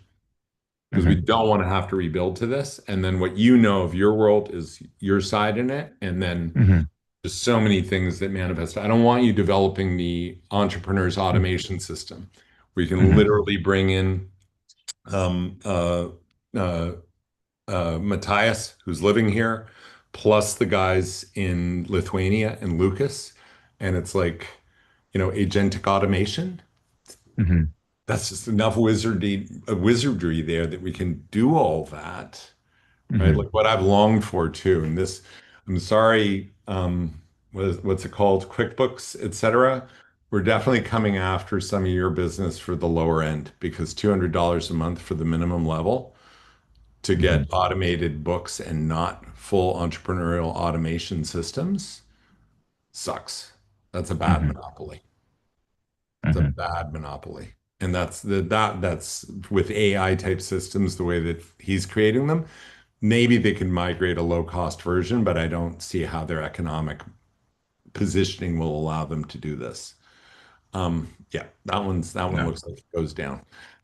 Big companies and medium size, they'll stick with it because it may be too expensive to migrate. Fucking fine. But for the micropreneur, it's horrible that it's $200 a month for your systems right now. And they're not Hmm. that functional. And we're going to have all this data, your transaction data, your banking data, the stuff, your customer data. It's CRM that sucks right now too. No one really Hmm. makes a good business out of doing a contact directory for regular people.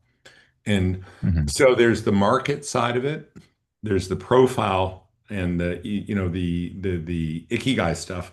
But we could say, let's do periodic updates and sanitizing of your personal directories and pair it with your actual emails Hmm. and enrich that as the best automated directory that actually has a section for you to tag people, right? If Google and Apple contacts, I have to use the company field to add tags and no intelligence in that, which is the most important thing for contacts, is to enrich contacts with my own personal contextual at the first time I meet them and on the fly.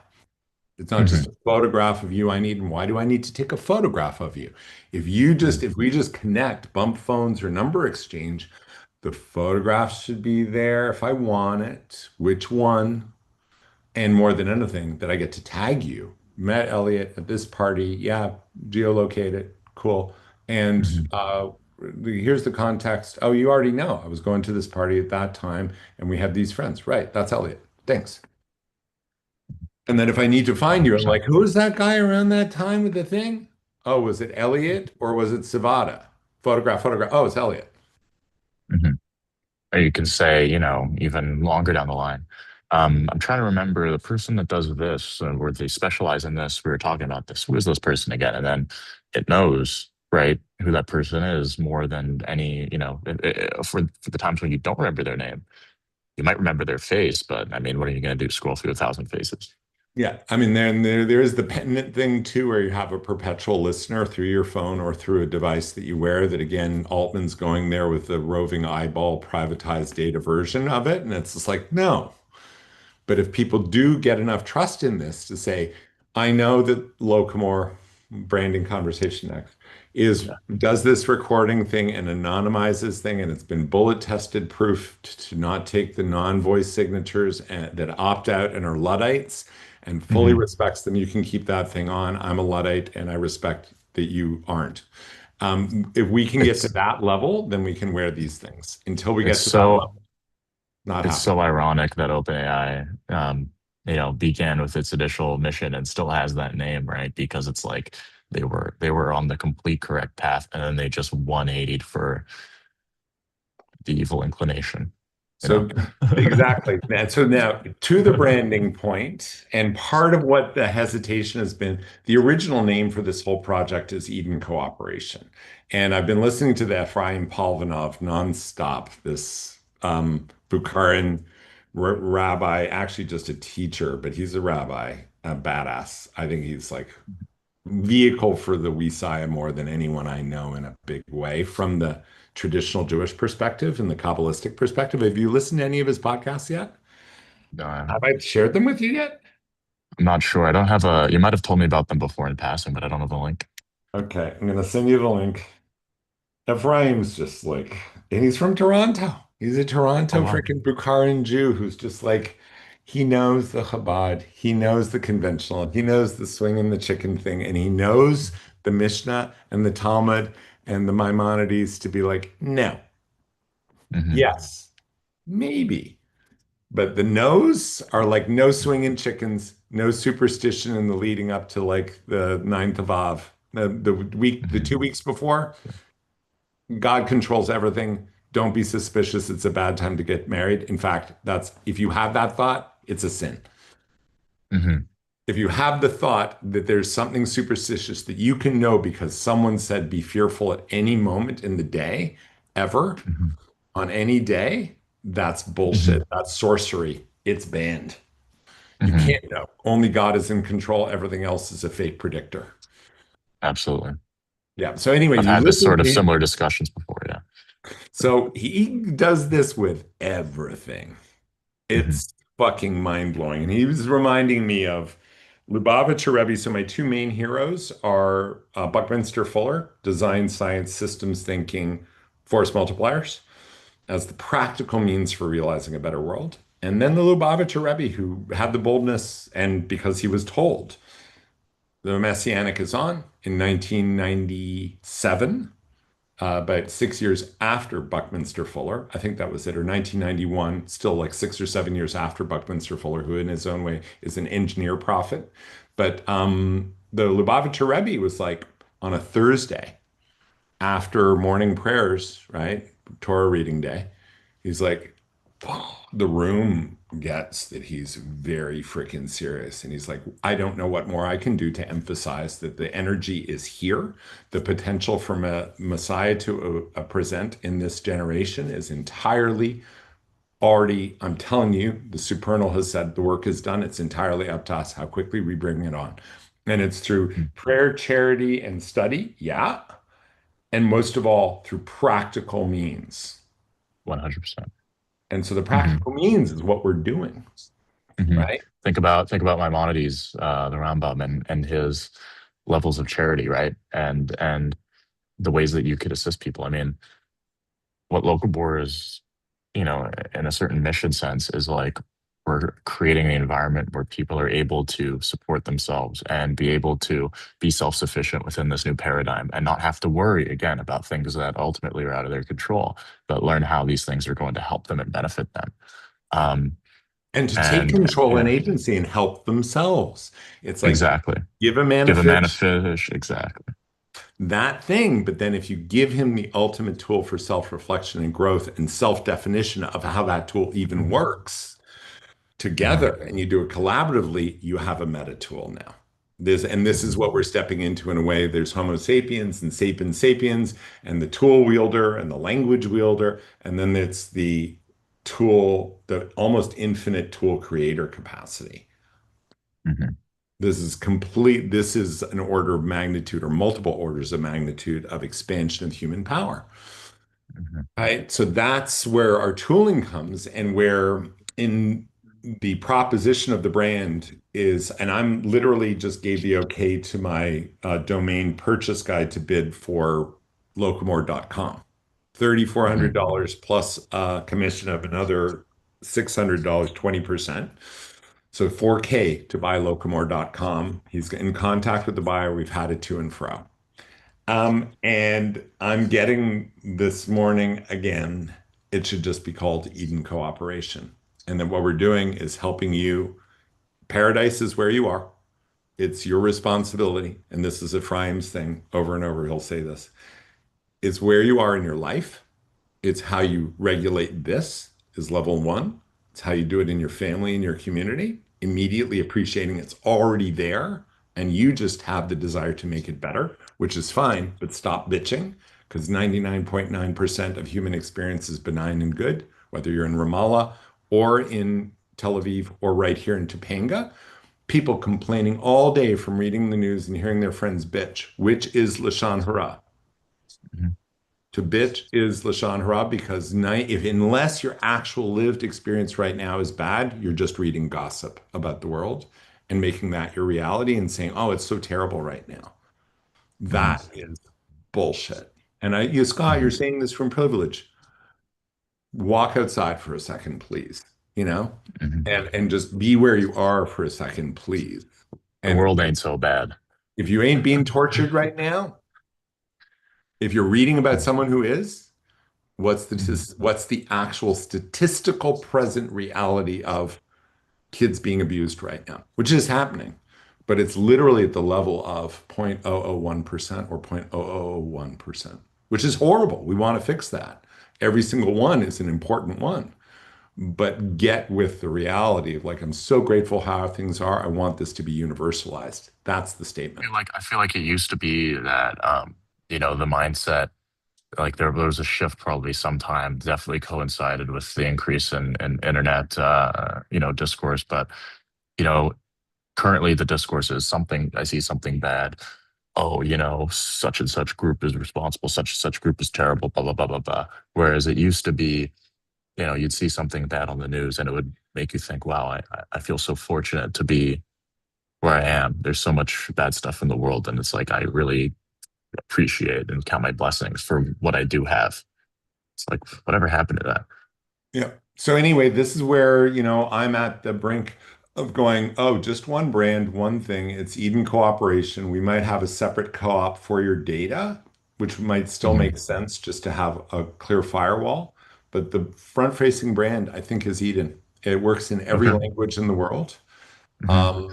like literally every language, because it's a personal pronoun instead of being Hmm. a concept or an idea like local or love, which has these Roman Latin cognates, but it's not universal in the same way. I Um, like it because then as well, when we have the application, it just says Eden at the yeah. bottom there on your home screen. Works very well. Super short. And then the co-op says that this is a collective enterprise and it's the Wisaya principle. It's not anyone we're creating the conditions for super beings to show up or a super being. That's what I Hmm. understand, that the super being or beings, aliens or energy or otherwise, will manifest to us. when we create the conditions in the most conducive. If we roll out the red carpet, and that's what, Locomore/Eden is doing, is we're trying to create the conditions in every person and community so that it's already a pretty good thing going on. And Mhm. then amazing things start to happen. And I think some super beings do show up, is the promise. Or maybe they don't need to, and they're like just lying low in the background, going like, you guys have this. Go. Mm. Yeah, Yeah. I think it's So, smart. I'm walking it through because I will get pushback from team going, like, it's religious, we'll repel people. I'm like, I don't think what's it's religious. I think I think it's something that's easy to say. It's easy to spell. Um, it's easy to understand, and it's a beautiful word. It's a word that invokes feelings that we're trying to kind of push towards with the product and the platform. Whereas locomorphs kind of sounds like a locomotive, like this is some sort of gear-based machine that pushes something forward. Like I don't know. I mean, I like the name. I think it operates at a few levels, but it's not initially clear what it means. Yeah. No, that's where I'm getting it. And it's been like there's things that almost esoterically have me in the hesitation and the self-doubt. And as I look at those shadow effects personally, when I answer my own questions from my personal process that I'm doing, it's like, that's aspirational. It's clear little kids can get it. What are we doing this for? We want to create this paradise world where we are. We want to create it for yourself where you are right now. Then it aligns across these dimensions in a way because it's not just about the location. It's these virtual Mhm. communities. It's a state of mind. And that's Mhm. an expanded idea of what Eden is and where Ephraim really helped remind me profoundly about that. Hey, Deb, I, good timing. yes, it is. Yes, it is. Have you guys met yet? I met you I- guys virtually, but not with mhm. blood, sweat, and tears. There we I just go. met over, I guess, over the video as well. Yeah. Yeah. And Savannah, thank you so much for all the coordination. I have been in your shoes as a production manager of things, and I know how difficult it is. So just a little nod. It's nice to finally meet you, Nice to to find see you. actually the face behind all that communication. Yes, yes. Oh, this is like a good Monday morning meeting. Oh my goodness, but it's Tuesday. Cool. Yes. Last I checked. I don't know. Happy Perfect. Hanukkah. Woohoo. Happy Hanukkah. Yes. Elliot, So, where in Tel Uh, Aviv are you, Elliot? right now I'm in Yafo, but I live in Florentine. Beautiful. Oh, the best. Can't It's get enough. amazing out here. Amazing. Jaffa has a really cool wine bar, not wine Hmm. bar, it's actually a big restaurant. It's in a cave. Hmm. Um, I forget the name of it. The proprietor is such a animated, crazy dude. I love going there. I love all that. It's great. oh, Hmm. what happened? Oh, because new meeting. I need to do it again. Well, that's probably healthy. Okay. Well, we're going to Okay. stream and record again, Deborah, I Oh, that's think. right, because you have to get my Okay. acknowledgement that I'm being taped for the FBI. I understand. For Locomore, for the Yeah. fourth branch. The fourth branch requires consent. Good thing. Cool. Do you guys want to drop in a little bit or a little? Do you have any questions for Uh, Elliot, Deborah, while we're yeah, here? yeah. Anything for me while I'm here? Well, yeah, Elliot, it would be great to just have a offline we can do this, but I want Mhm. to once I'm clear about uh, the way we're producing as a team and also offloading responsibilities of engagement with people on the outside, which requires some kind of customer relations tool. I Mhm. don't want it to be separate from anything you suck in from them. So a CRM that is connected to the front page of people's interaction Mhm. with Locomore, it should Mhm. seamlessly be dropped into a HubSpot or whatever you want. There are Mhm. so many new ones, and on the ones I've used in the past, I mean everything from the dreaded what do you call it? Salesforce Lite. It's actually intuitively good because it's good front facing stuff, but we need like four fields. We don't need anything actually except what we think we need. So I'm wondering if you can poke around based on what you're building. Mhm. What CRM could be completely like probably a quick API from one to the other that can just Mhm. help me on my end and everyone else have access points. I think it definitely needs login for different users so that if Savada's working with a person and I'm working with them, there's different note sections and different ways of keeping our own conversations, our own connections.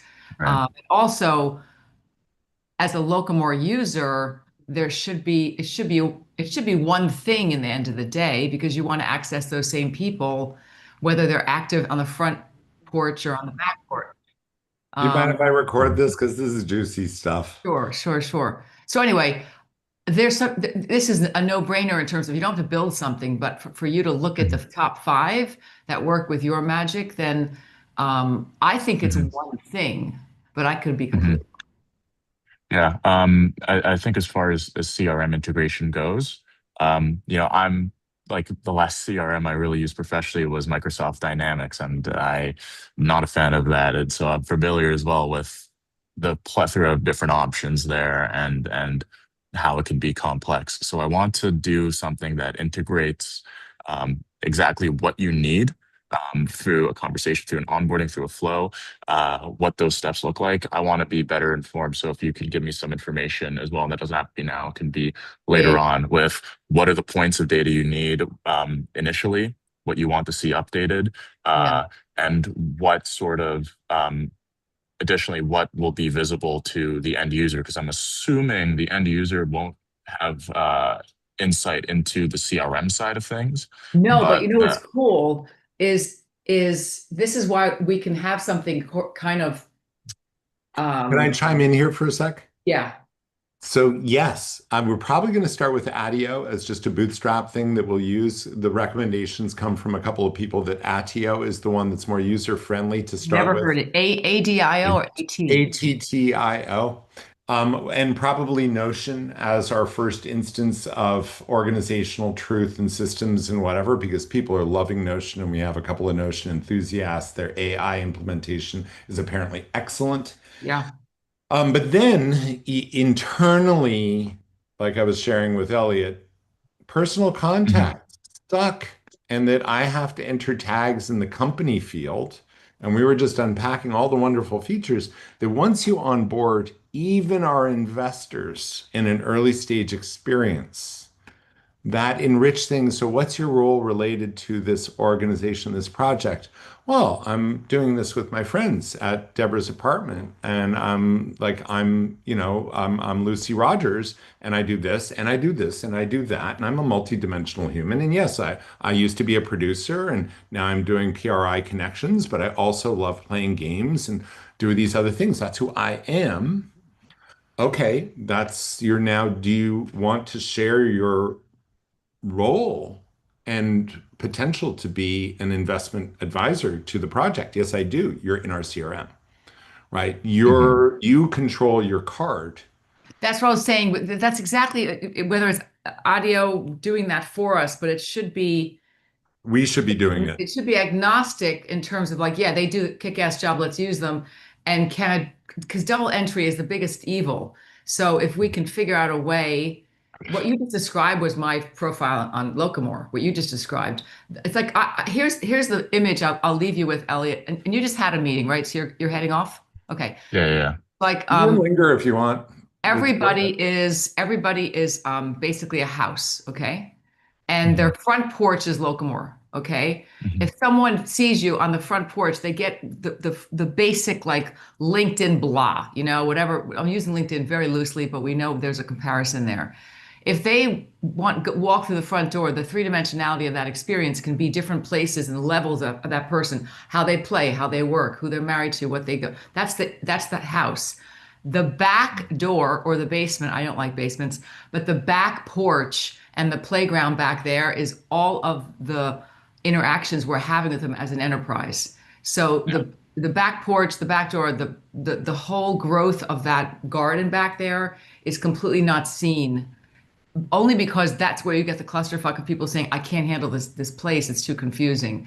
It's the cleanliness on the front porch, the Mhm. deeper connection, but still pretty clean inside. And then we can handle a little more of the options and the flow of a garden still growing in the back. So it's just three areas that I'm hoping if Adio drops in as the backyard, That's super cool.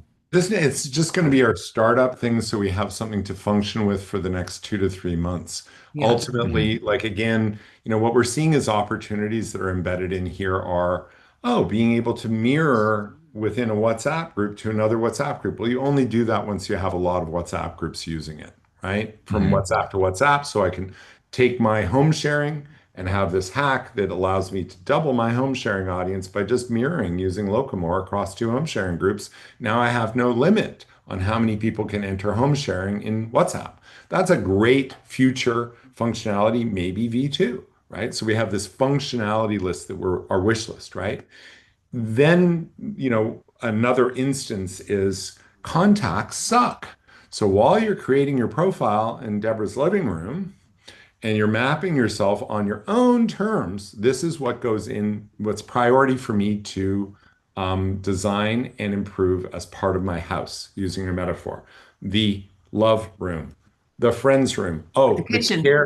care for a family member who needs me to be full on. As I was describing to Elliot, the icky guy thing that says need to get paid for goes to zero, but it's taking your whole life right now. So how relevant is Ikigai in its current framework if it doesn't say with whom, and if it doesn't say the level of challenge that I want to take on in doing parent care with their Alzheimer's? If that is my Maybe. present priority, I need to be able to have an Ikigai that goes priority, not priority, and every spectrum in between. So I have a display to be able to say, this is me in the different dimensions. This is what's important in the Ikigai. They're not equal just because they each have a name, right? And Mhm. weighting.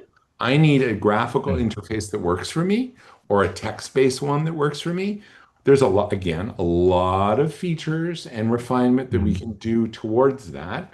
That's V2 or V3, right? What we want to get right now is, yes, we want to track these things as they arise in our imagination. So we're not losing Mhm. them. And Christina and you have a methodology for tracking features.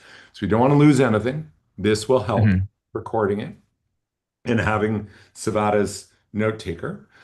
But what we want to focus on nearer term and where the conversation between you is, yes, attract some of the ideas. And I've been doing this with Elliot all morning.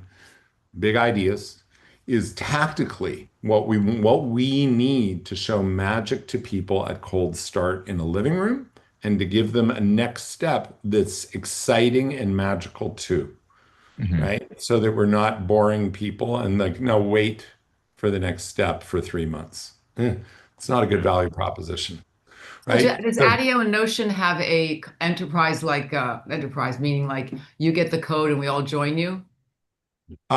yes, kind of, but if we have editors, it's a per seat What cost.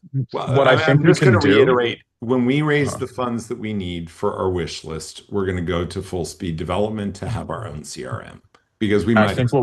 what we can do as well from the beginning is like, keep things as simple as possible. As you said, Deborah, is not repeating ourselves. That's a core function of good development practice. And what I think we need to develop, and what I'm developing currently, is kind of a single source of truth where we can have our simplified data at its rawest form, and then we can abstract it out when needed. It's okay. We have facilitators that want to use this CRM, build an integration that syncs up with our single That's source great. of Yeah. truth, Yeah, and that doesn't affect that's going to them. ask that. Yeah, that's great. Yeah. And also, just out of curiosity before you go, what Mhm. second question is the skin of this product. I just did something very interesting for 6 years, and I didn't understand it at the time, and it frustrated the hell out of me, but they were brilliant. The first almost 2 years of this product, we did not hire a company to skin it. We had our Mhm. own little way of making it look like not shit. And the Mhm. reason for that was because this development team knew that you don't want to waste any money with change orders with expensive people that make something look unbelievably gorgeous. So my question is, the V1 of this is going to probably have a homemade skin that's going to have, brand colors and blah, blah, blah, blah. Is that what your experience has been, Elliot, or do you kind of really, really wait till you do that final step, right? Or what do you Um, think? Do in terms of just like branding, do you mean? Well, no, actually, I think I'll reframe the question. What do you have in mind for that user Oh, experience in our own web app? yeah. So I've been thinking about this a lot as I think about, the V2 product and how it develops. And I think, you know, one thing I was talking about with Scott is we, for one, we're very fortunate that there's a lot of great systems out there that are already built that we can, that are open source, that we can modify for our use cases. Great. And I think a big fundamental part of this project is the community aspect of it and having those groups and those communities, many of which currently exist in WhatsApp, but I think will transition to Telegram as things move on in the future. And so, what I would love to see from a standalone native Locamore or Eden app, as the branding is continuing to be developed, um, is kind of at the top, like that initial bot where you can, or agent where you can interact with it to determine what your Ikigai Plus is, to identify people in your area that can help you with things, to interact with communities, offers, asks, all of the core functionality of the AI itself. But it ties in secondarily as a Telegram client, which we can, the Telegram app is completely open source. I can download it to my computer Oh, right that's now right. You and can, that's right. That's fantastic. And the more I think about it, we're almost taking away that layer of another vendor that makes things pretty because AI is that's right. now allowing for you to paint your own world. So, um, Exactly. yeah, that's great. That's a Yeah. really, because I So tell you, you it was a interact dream. And with so it'll link people instantly Great. within the hub. But Good. and most importantly, it's built off of we're not having to spend a ton of money reinventing the wheel. It's built off of frameworks that already exist, that are already battle proven, and Yeah. that have hundreds of millions of users and Yeah. are Great. growing. So I can imagine you start in Telegram and it just seems native and easy because you're just chatting through there. You're like, and then it says, would you like to see a graphical illustration of yourself or would you like to see the description now? Yeah, I would. Okay, you can post it here. Would you like to shape this? Maybe you Mhm. want to do that in a web interface, our web app. And you go over and you have the chat window, but you might also have a window because now you're doing it on your iPad or you're doing it on your phone and you're into it, and you just have a smaller chat and response window that then Mhm. shows you your profile that you're shaping in that moment.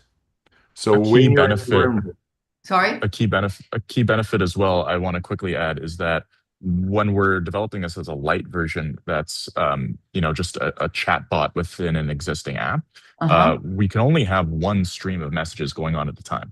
Whereas when we get into our own native app, then you can have multiple conversations simultaneously where they can have different purposes and be stored in memory for longer than 24 hours.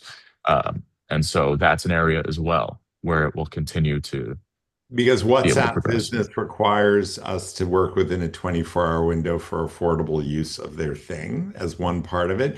But without getting lost in the weeds, I think I just want to stay on the high level of the Okay. user Okay. interface that Deborah's asking about, because Mhm. A, what you articulated is the most important. Ultimately, we're helping people shape the way that the information is presented to them in a way that's conducive and sexy to them. I like a mess in the living room. I like these rooms. I like these rooms mushed together. Why would you do that?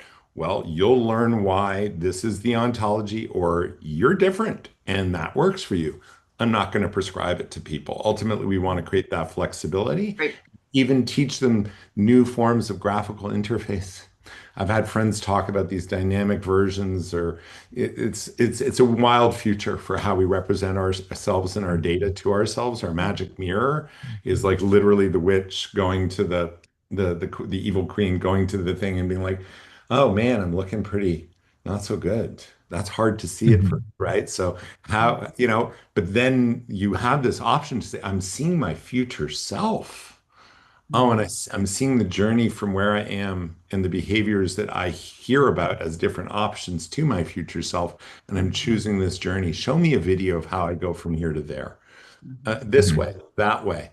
this is better than Netflix. Oh my God, show me how my family transforms if we choose this journey together, or our organization if we choose this self-organized entrepreneurial framework instead of the old one.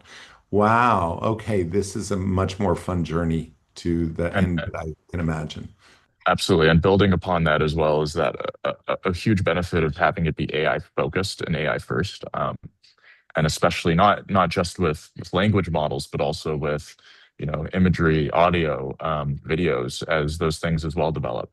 Is that a big part of the skin, in theory, is the interaction with the agent, and that's highly personalized. Like that's going Yeah. to be able to mirror the communication style, even the language of the end user, and really meet them where they are. If there's someone with a very high vocabulary, or someone that speaks very short and simply, then we'll be able to meet them exactly where they That's such a are. They're good. going to I'm feel so like happy there's. you're thinking in those terms, Elliot. It's like Mhm. I ran a literacy project for 17 years, and I was I mean, 10 of those years I did. The other seven I was absent. But we were all about Howard Gardner's learning styles. There's like seven of them, and you have to look at the way people want to consume. And I think we did not want to reinvent that wheel because that's a lot of work that they did to help us see how someone experiences something. I was just going to point one thing out, which is when I'm talking to you guys right now, there's a little thing on the bottom of my Zoom that says apps. And when I click on it, I usually do this when I'm not paying attention, by the way, which I didn't do now. But when I click on it has a million different ways I can interact with their offerings. They have healthcare and human Right. services and collaboration, and it goes on. I don't know if you've ever Wow. seen this, but I'm looking at this now for the first time. This oh is my crazy. God, it is. Here's what happened. The CEO said, I want everyone to have a million choices, and this is incredible, and keep on adding, and do workflow automation, and do this, and do this. And somebody made the Zoom engineers put this in, and I can guarantee you that it's not the way people think. So they're just seeing Mhm. they're going to the cereal aisle and they're seeing, toilet paper in the cereal aisle, and they don't know what to do, and they feel stupid, so they close it, and there's nothing that Yeah. gets upsold.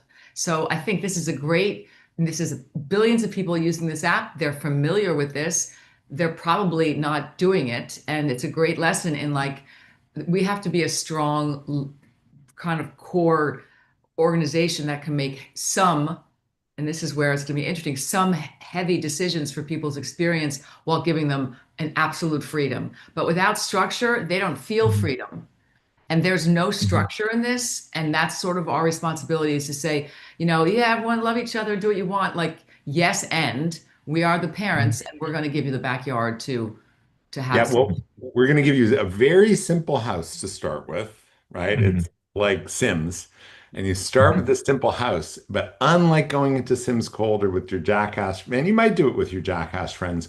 We're going to be seeding the network with coaches and design science graduates. And I'll unpack that whole thing with Design Science Studio. Buckminster Fuller's Right? You mentioned offshoot that. is this academy of 600 people around the world who've trained in design science, who are experienced designers, game players. They all understand the world of play. They all understand the world of creating spatial, experiential environments as the primary humane, ultra humane communal interface for this project, and where our biggest allies are the superabundance of life coaches learning this design framework from these meta and what Design Science Studio has an international every language cohort. That's what they've been building for like the Mhm. last 4 years of people who can work with your regional coaches to up level their game, not as the know-it-all wisdom people telling you what to do. For you to be informed of all the options like you would in alpha school time back, your coach teacher doesn't know everything that's in the learning ecosystem. Yeah. They help you figure out what your priorities are, set up your own personal KPIs, as it were, goals, and then see how you're doing against your own goals. And you know what? It turns out I don't really want to learn flamenco guitar. I Yeah, thought I did, but I like you. listening to flamenco guitar more than I like learning it. And I learned the flute is actually the thing I want to try next. Oh, it's not the Mhm. flute. Oh, it is the flute. That's for everything. Honestly, I have no clue what I'm going to be doing in 5 years. I think I do, but I have no idea because when freedom really opens up with automation and collaboration and abundance, it's a big world out there. And those coaches become like what you're going to be doing in our living room, in your living room, is going to be one of the core functionalities. And the whole idea of having it be humane to help us navigate the AI and the emergence of communal engagement with the AI, we're in an emergent phenomenon. It's actually just an exciting frontier that we're at. And that's got to have people with people doing it in living rooms more than anything. And so the three-part interface is the people you do it with in a group, the individual mentor you sometimes tap into, or Thriver mentors or peer buddies, and the AI and yourself Yeah. Mhm. in a one-on-one with. Absolutely. Cool. Yeah. Cool. Elia, I think we've taken your time. I'm sorry. We should let you go. What time is it there now? It's like Oh, dinner. good. It's This is 7:30. I was just gonna go meet some friends. Yeah, if you're gonna head out there now. Have a nice time. Yeah, he's Thank you. at Thank you. Soho House in Yafo. Is that where you're Yeah. at? Yeah. Yeah. Well, all right. Chag sameach. Like some Bye Thanks, bye, answer. Amanda. guys. Bye, Elliot. Savada is the disembodied voice. He's choosing to stay in the background. I invited you in the chat, Savada, to join us anytime you want to. It's your choice. I actually tried to turn on my video, but because you turned it off, I can't turn it back on. Ah, banned forever to be Yeah, disembodied. banned forever. I can bring you back in. Would you like to come back in? Yeah, absolutely. Please All right, I'm just going to try. bring me back. Let me be part of it. How do I do Savannah, it? where are you located? I am in the Valley in Los Angeles. Great. What city? I'm currently in Porter Ranch, but relocating to Woodland Hills within like the next 20 days. Beautiful. Congratulations. It's a beautiful area back there. You can Where are hop you at? you can hop over to the ocean. Pretty much. Where are you located? I'm mid-city, so I'm in the middle of all good things. I used to live in Mid-City. Very, very centrally located. You have like 10 minutes towards Everywhere. Yeah, any I love it. direction, and you can get where you need to go. Yeah, it's fantastic. I'm very happy. Yeah, absolutely. So we're live streaming again. We have no audience, so you don't have to have the butterflies, but it's really important and good practice for our radical exercise in corporate cooperate transparency. If there's anything we want to talk about privately, we can pin it or just pause it at any point. That's the consent magical put the pause on it button thing, and also asks Savada to step out if you want to, or just talk privately. Savada, like just those are the consent practices that I'm working towards. So there you go. Okay. How's your weekend? My weekend was beautiful. Friday night I had Shabbat dinner with my next door neighbors. I live in a pretty magical place, as you know, so I get to pop around. Saturday I gardened all day, weeded the hell out of, oh my God, what a mess. And the kids came and my neighborhood kids, some of them came and helped me, help the crazy lady weed her backyard. And then I just did some nice social things. It was really, last night I did something fantastic, which is called the Black Version, and it's groundlings doing white movies in the Black version as improv, and you can't stay on your chair because you're laughing so hard. And it's a beautiful, beautiful thing they do, I think once a month, but this was the Christmas season.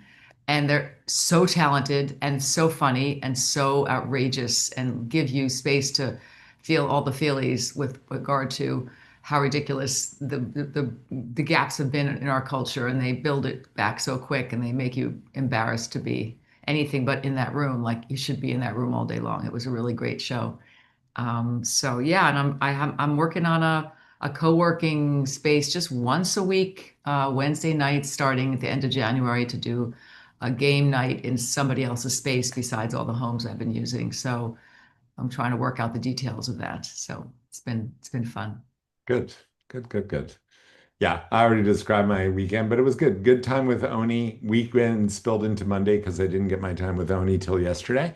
And Grace and Lucas needed me to come in, so I was like happy to do that. And These are your children, grandchildren? yeah, my grandchild. Grace is my daughter, Lucas, my them-in-law, and Oni, the little one, the magical little one. Great. And then weekend was busy. It was just full on. There wasn't a break. Sunday social. But I went to the Banya elsewhere, which is really cool. Got a, morning walk in with a friend, morning walk in with an old friend yesterday. Mhm. And then the Banya is like this steam bath sweat lodge thing Mhm. from northern Russia. And a friend who is a Russian guy who brought it to Burning Man. I introduced to this guy with Petit Hermitage, which is this cool hotel in West Hollywood, and he has a Uh, location here in oh, the they do? country. Oh yeah, it's beautiful, and they have a banya there and a wild pond. And I got word from a friend that they were opening it to make the Sundays active. So I got my acupuncture and then straight to there and then straight to a dance thing at Camera Obscura on that was my Sunday. And then Wow. Saturday I know was Saturday you did your civic duty. civic duty and then a long talk with Roxy, which was pivotal, I hope. Yeah, Roxy is. Head of Design Science Studio, that Okay. academy of the Buckminster Fuller Institute, with some 700, I think it's like 600 alums and another 100 going into the upcoming cohort. International systems thinkers, great designers, experienced designers, and on and on. And her partners also connected to the D Web, the younger version of the leaders in agentic AI, agentic data, privacy, decentralized web, all the values that we represent at the thought leadership level. The both her partner and she, through Buckminster Fuller Institute and Design Science Studio, not only bring their cohort together at the end of each 7-month training, Mhm. they also have a convening in the Bay Area and once in Miami of all the mentors to this network, which are the leaders of leaders and that Yeah. whole ecosystem.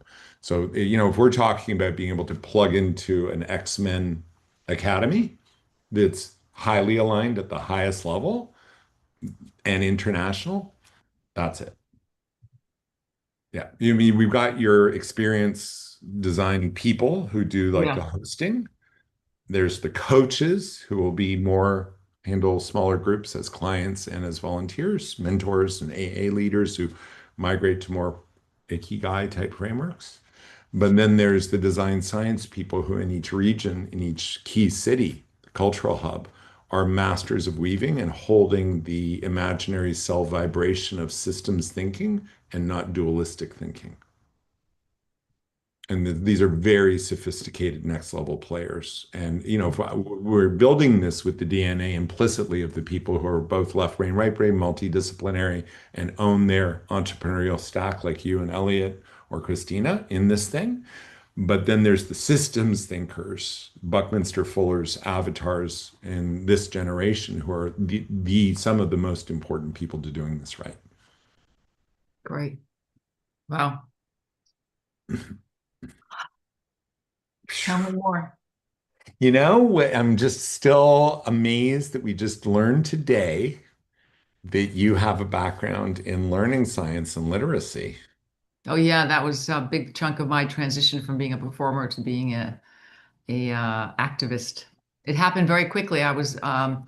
I had written a song inspired by a book, and people liked the book, and I was like, "Wait, buy my CD." They're like, "No, I'm gonna buy the book," and I was like, "Wait, I'm losing sales in my CDs, but this song makes them want to buy Angela's Ashes by Frank McCourt." And I saw the correlation. Then I did some research and saw that every famous writer in the world has a song inspired by a book, and I had mentioned that to you, and that's how I got into Artists for Literacy and formed that to collect songs about books from people all over the world. And then I said, if I'm going to do a keynote, I better know about learning styles. And back then there wasn't AI, so it was a lot of work with librarians asking about how they make recommendations to people when they come in, especially new readers. I had the first new readers book club in San Francisco for people that learned to read over 50. And these are beautiful people that have coped for 50 years with no literacy. They learned how to read, and then they had books that they were able to carry on the public transportation and feel proud. A lot of them would talk about when they learned to read, they would be publicly reading to experience the pride of not being ashamed, like the opposite of being ashamed. And it was beautiful. And I've been using these skills with when I worked on Swell, we were really confronted with what is a quiet voice versus what is a loud voice, and why are people dismissed because they aren't boisterous and bombastic and have big things to say. Usually they're the ones that say very little. And it's the ones that have different ways of receiving and expressing. And that goes back to how they've learned when they were a kid. Am I a physical learner? Am I a visual learner? Am I a tactile learner? You know, do I learn with quiz cards versus big pieces of paper? And these are the options that I think a lot of good UX people have studied so that they are like making sure they're not alienating people at day one.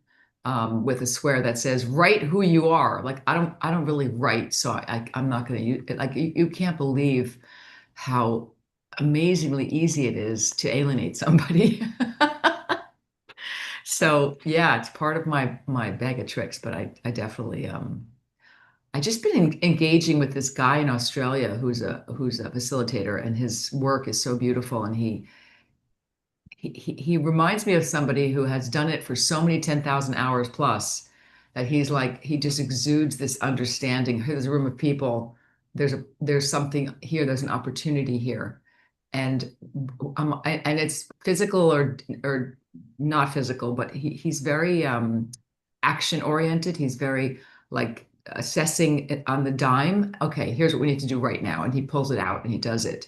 Because deliberating could be the lack of trust. Like all of a sudden they're seeing you when you're live and you're not having a good day or you're not firing. You have to either completely expose that and say I need time to think, which is beautiful.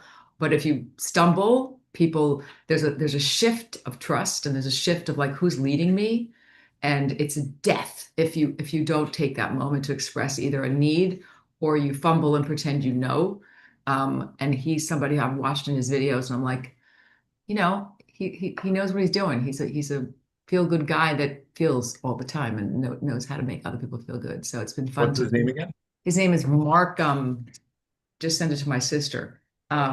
It's funny because people come towards me with different questions. His name is Mark, MARC. Shoot something that makes me Stop it. every time I see it. This is a real tax return for someone making Tax return, $284,072. Mark. I'll send it to you. He has a company that is just with another partner called Plameo. I think I told you about this. Plameo. Anybody can access hundreds of things to do. It's been my Bible for quite a while, but what I like to do to feel alive is take a structure and then make it something I do specific and bespoke to the community. Because I don't believe that anyone needs to break ice. I think people need to warm up and find their own warmth before they're warm to somebody else. So sometimes there's a lot of internal sort of cheerleading that needs to go on, and then you could cheerlead somebody else. And he seems to have he is a dude from Australia, and that's real. But he still gets cred for me. I love it. I mean, the dudes are really important. It's like where, if the Joe Rogan became super emotionally intelligent, it would be so much more important than Brene Brown trying to do it for dudes, I know, absolutely. right? That relatability. Hey, Savata, we got to get you in the light. You look too grim. It's just like you got a beautiful background, but like the blackened face and the black shirt and the black thing is I just know. like, It looks like you're about to tell us something really, Is that any better? we don't do it today. You don't need to react now. Just be you. But and that's fine. But it's important, right? For how what you were just saying, Deborah. I was just noticing at the same time. It was like I do not want Savata to be perceived as like the shadow Right. self of the organization. He is a bright, joyful, musical, creative human being who's just got so much readiness to absorb this and to really be a Yeah. great companion in the journey and compadre. So we're going to get more time for that interaction too. What do we want to set up as our agenda for today so we can have a good functional day? I need to hit some deep stuff with you as well and just reflect on, yeah, the I don't know what I'm doing piece, which I'd like to start with, if you don't mind, Mhm. just Well, because of what you there's mentioned. no, there's the commencement of our agreement, which we're working out. I know that we could do that offline, and setting in the standards of communication with the team individually and collectively. And I know that we're having team meetings. I definitely feel as someone with a sense of linear and nonlinear thinking. As you know, you've been keeping you keep us reminded all the time of left and right, and I always feel like it's just the visual for me always makes me feel like I have to do a build a bridge, and I'm trying to be more whole. So I think that's actually a good look, a more philosophy is that you don't need to make the divide at all because we don't really live left and right. We intuitively are left and right. But for me, it's knowing on the agenda today is knowing how to support everybody and support my performance in connection to their work and also the explicit work that I need to do to create the scaffolding for this working at many different levels. Um, I feel it's very amorphous right now about like how would a week look like for me in my 10 to 15 hours? What would I be executing upon? Would they be collaborative? Would they be alone? Where the work with the actual what folds into the possibility train, because we could riff all day on that. And I think some people, I benefit from future thinking a lot because it helps me understand what I'm doing. I also benefit from the phases that come from saying, okay, we need to make sure we're building something. Yeah, so what I'm getting is, this will continue to be the two poles of our experience, especially for the core team, Mhm. and to continue learning about each other, for God's sake, Yeah, is the immediate tactical, where I'm really going to be leaning into you and where Jamie's going to support this to say, okay, what's the schedule for in-persons and what level would be nourishing for you at the maximum speed? What's your optimal maximum rate of hosting? And how soon can we have a framework to start to enable others? Because our biggest cap is to grow in person on Zooms and in person. It is very hard to get people out for dinner or anything, honestly, in this town or anywhere in the world because people are just so flipping stressed. And we have the most important thing is getting together in person, but then we right. also self-select for rich white people with time. Yeah. I want to ask you in full If you'll just disclosure. pause just for Yeah. just write some notes down on Yes. if you got some bookmarks. I need to just express a few things at this Yeah. point. Yeah. I shouldn't interrupt you all the time, Scott. Not all the time. Likewise, right? Because you hit on some very important stuff that I want to really address. And you're also a broad, diverse, and mercurial thinker I'm with a abroad. lot of systems thinking possibilities like me. Takes one to know one. And so it's okay to do tendrils, but it's really important to come back to the branch and the trunk, right? And to answer those questions, otherwise they lurk in unanswered, and some of them are very important. So tactical, immediate speed of implementation key with enough breathing room to stay informed in the big, to track the possibilities and to put them in the right storage department where they don't get lost Right, or right, where they're right. not using up our RAM to be like, I didn't get tracked and I'm going to have to reinvent this thing again.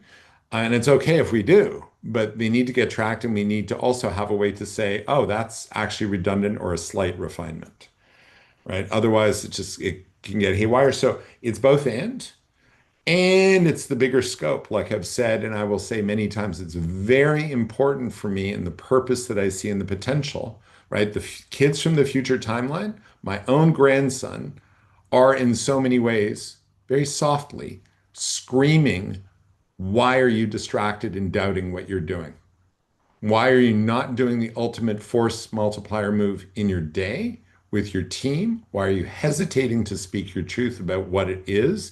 And why are you still doing things that aren't about this right now, including for the time being, I do want a 4-hour workday and I do want a 4-day work week with lots of time for freedom and other avocations. But for the start, I'm in like 100% like 16-hour day mode with nourishment for myself along the way, my grandson, my daughters, some fun for me that I attend and that I don't organize. That's why Song Circle's going off. Sorry to give you the bad news at my house, Sabata, but I have to turn off because I'm organizing. and I can attend a song circle, that's nourishing. I can do Qigong. If someone says, I want you to teach me your Qigong, for the last 20 years, I've been like, no, because it's my nourishment. And if I can't get it in every day, then I'm doing it as a teaching thing and it's an out. It is also nourishing, but that's where it's one of my main vocations when I'm a retired senior. Not right now when I'm doing the force multiplier project that addresses the poly crisis better than any other tactical thing that I've ever seen. And that people who are at the cutting edge, when I ask them, is there a tactical, immediately actionable approach to address the meta crisis at the local level that can grow incrementally, place by place? No. Okay, so what I'm doing is the most important project in the world. I don't say that, but it is. And if you've got a better one, tell me what it is. And if anyone on the team isn't getting that, if they care about the news and they freak out about the things they read in the New York Times, but they aren't seeing that this is the tactical move for their time and energy that's more important than even their personal project, because it also nourishes their personal project, then they're not really on the team and they don't really get, and they're not paying action to the lip service they give for what they say or care about Trump, Gaza, anything. Because this is the action against all those at a root level. And nothing else that I've seen people propose to any of the people on this team or elsewhere even comes close. And I have to say that to myself, because if I'm distracted by Song Circle at this point, I'm killing the future kids' opportunity now, and there's species that will die because we delayed any moment in accelerating the change. That's what's at stake. So that's like me. I had to come to clearing about where's your self-doubt. Thank God for the Reiki and doing my mantra about what I'm really up to, because it's that level of alignment. And then why have I been hesitating on the admin? Because I hate admin. But what breaks the camel's back is I haven't been clear like this. And I'm not clear on brand either. Mm-hmm. So that's a bookmark that we're going to get into because it's important to get to the essence of what that's about. Mm-hmm. And then, some tactical stuff. So yes, Christina's so important, and why my Friday became about Christina and a lot of energy to get her enrolled is because she creates actionability that answers your question for structure about the meta mega. It's not Scott promising this. I'm promising it. She's deliverability as the Yale MBA who cares about the human expression of entrepreneurs and Mm-hmm. life work balance because she burnt out twice. That's her mission. And she was veering towards the possibility of doing this for micropreneurs. Well, we just opened the door for her and put rockets on her back. And I think she was like, yeah, all the docs. I was like, it's going to be a fire hose. They're all important. They need to be refined. That's you, Christina, tactically for whom we're going to speak to, the ideal investors. No compromise. Mm-hmm. No compromise. I'm not going to people that I have to reconfigure this because they're mostly impact, but they don't get data. Okay, I only get impact, but I'll come in and it's hands off and we'll flood money towards you, but I don't really get the data part. How's the money going to come in when the decision has to be made to pour the money in to develop the architecture and the systems of this and use that app and this app? I need smart data agentic, community forward, entrepreneur, local first, artisanal creative society builders. Bless you. And I've got the stack of who those people are, what those criteria are. That's my investor. And you know what? They're damn smart enough to understand all of it because they're rich and they're worried about the whole world and all the factors of the poly crisis, not just one. That's our investor. Because then when they see what we're doing, they'll get it, like Roxy did. And if she had $1 billion, she'd be investing $1 billion in this if it needed it. Mm-hmm. Right? She's going to lean her. And I got to say to her, like, you haven't had a good project for the Design Science Studio team or for that greater network. You know, this is the best project that creates careers for them, that expresses their skills at the highest level in their communities. And she gets it. Mm-hmm. That's been a huge breath of air for me to be like, oh, right. I just tested this with the Dr. X or whatever from the X-Men. And he said, yeah, we don't really have a program for our graduates. They're off doing superhero jackassery. I don't see this to her, but it's true. They've been working on banal type projects, curios, learning the practices. But now I'm giving them this thing that we can do together this year. This is the barn to build that turns into a quantum rocket. Can you Mhm. see it? She sees it, right? That's huge validation. We've got some steps to get there, but Yeah. so it's our trust advisory at the highest level. So I'm meeting with Greg Stock this afternoon, who wrote the Book of Questions. He's a PhD in social science. He's a friend of Esther Dyson, who was on his board, not just for his Book of Questions app, but for the social human science research project that this data would feed for it. And Mhm. we are the front end engine, the user interface, the humane approach that you're bringing, the humane version of AI that Elliot has already Mhm. well crafted that creates a leap ahead of anyone else in an Mhm. approach where we, like we just described, the user interface is interpersonal. It's with food. It's a humane app. It's peer support, online, virtual. It's mentors. It's coaches.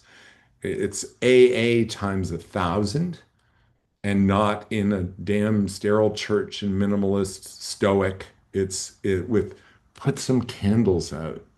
Find out what kind of food people like in their food boundaries so they all feel welcome and heard before they enter, right? And hire cooks that are local that get how to cook for those people or bring in a collaborator. It's all these touches, what you do in your home. It's the Jewish mother. And I love, you know, everything. you also painted a picture for me that I think is worth noting in this moment, which is a breath of fresh air because of the injuries of my soul from the last 6 years, is that you believe in the circle. And it really is a circle. And it's not a circle that has any limitations, but it's where we look at the Christinas and the Jamies and the Elliot, the inner circle of huge capacity to do anything, quite frankly. I can do anything.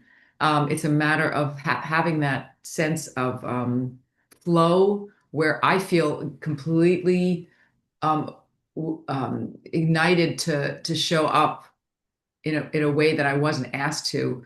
And it's interesting because there's little nodes in my life right now that are screaming because the man I'm talking to at this work thing, I have to work in his little world to get what I need, but I really am excited about it because he's a good soul. But he's someone who's in real estate. That's his life. So he works in that little node of real estate, and I know he's drawn to me and wants to see something happen, but I know that it's his world, and I know that he doesn't sit in a circle as much as you do. And it's interesting to collaborate with people that aren't afraid of other people's magnificence, and aren't threatened by it, and welcome it, and note it. And you're very affirming as a human. You're very like you notice things and you say something. You say, "Deb, this is interesting. Tell me more." And I think once I was in an interview once, and someone asked me my favorite question to ask people because I do a lot of interviews, and I said it's what anybody should have when whether they're in an Uber or they're standing online. Tell me more.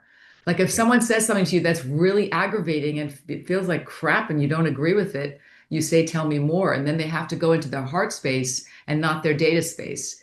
And they're like, well, it's because blah, blah, blah. And you and I have talked about this with regard to our background. And I love that as I speak with you, I feel that it's not about getting what does your body do when you're trying to figure something out, like when I was yeah. Tabata, not today. It's not working. Let's do the experiment. You get your lighting right and then come in with the experiment already figured out, but not today. Anyway, I was just going to say that when I was learning math as a kid, my hand would cramp. It's very important to look at that. My hand would cramp writing math because I wasn't good at math. And I think that we have to know the physiological component of everybody's engagement with a new brand, a new app, a new community, a new dinner. They start a little bit like this before they're like this. And I think that that's part of if we can't do it as a team, we can't ask people to do it as a community. So we have to, there's magnificence in every person, but it's the logic of leadership, and the question of tell me more, and the idea of like giving the scaffolding like neon paint so we really always see it. Yeah, I just booted Savannah because it's just like I'm feeling it. Thank you for seeing that. Yes, I see the vitality and the importance of what you're sharing. I've been a little bit dual tasking on this thing because I'm just like feeling that I need to also occupy my place as the rightful star of the primary carry of this in dialectic with people who are the primary dialectic participants. Savada is learning and supporting this and weaving into it, and I'm carrying that awareness at the same time as I'm also honoring you. And I have a curiosity about Savada, but my democratic This is equivocation fine. thing needs to Listen, if dial you weren't down. messy, get messy. We're Jackson Pollock as much as we are, Mondrian. Like we have lines and we have squirrelies. Like let's be both.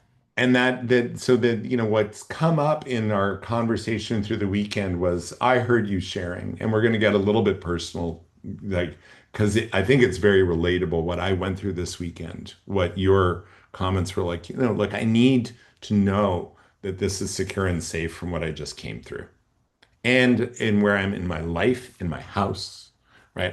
I want these things, right? That's the want and the desire that's being expressed in other ways, but also explicitly because you're emotionally intelligent.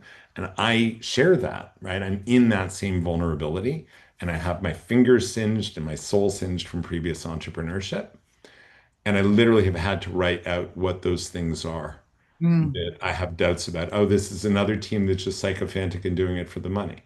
Oh, this is a project that's not really ready for its time.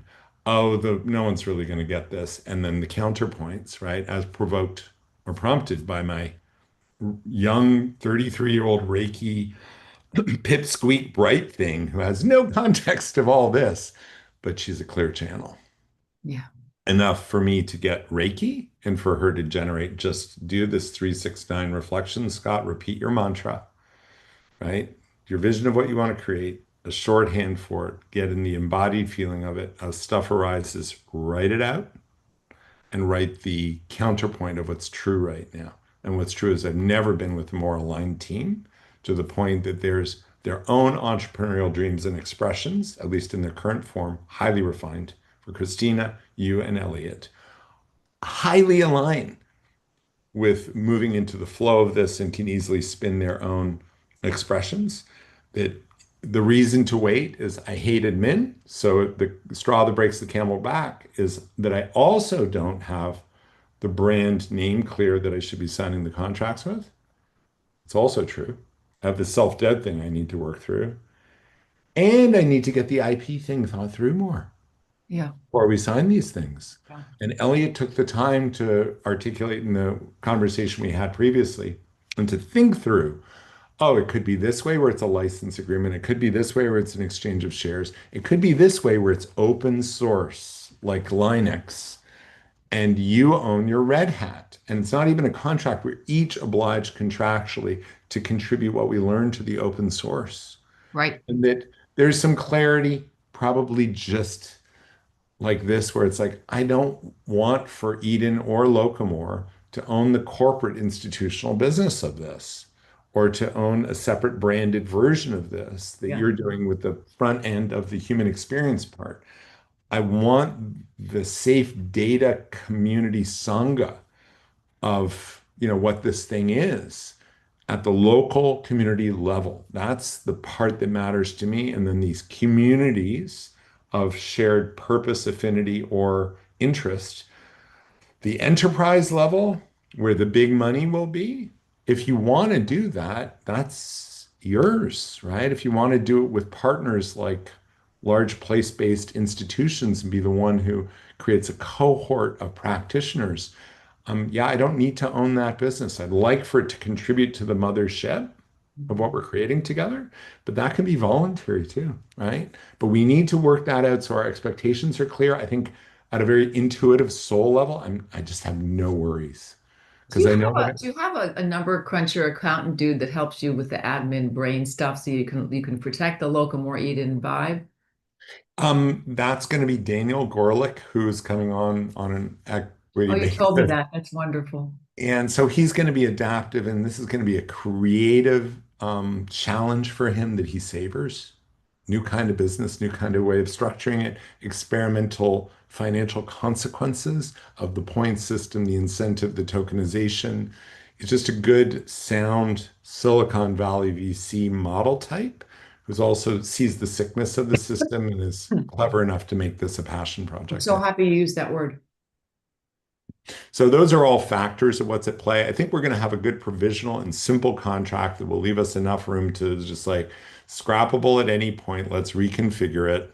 Know that we've got a general framework, get you into that W-2 flow as soon as we can. Me incorporate, it looks like it'll be this week, but I'm not making any promises at this point. And then there's this key conversation about brand. But this alignment continues to be, the important part of the work right now. I'd love to start doing events, but we have this question about Elliot's app being, it's not private encrypted data yet. Mhm. So the people I that were also think that joining, I think it's interesting. The events are it's a capital E, and I think that there's something organic that I'm learning, even with Playful, which is a separate, like these people just want to play their cards. Like that. I get the world I've created, but with this world, I think it's so iterative and natural to assume that these gatherings that you're calling events are actually going to be um, invitations to explore and to learn about X. And I do think there has to be some there. We have to figure that out. Or it could just be themed. It could be themed, but it's not these magnificent. I was on the Just Us world and I was looking at their branding on Instagram, and it's so, just to be fully transparent with you, Scott, it is antithetical to my soul. Like it's much more about people feeling beautiful in a space that's beautiful as opposed to moving through every part of their life as beauty. And it's very different worlds. And I have well, it has to be because she's adapting to where the big money that, lives and we and the big need egos people live. like that. We need, and it's just, I don't have the clothes or the attitude to thrive in that world. And I'm not apologizing. It's just not my world.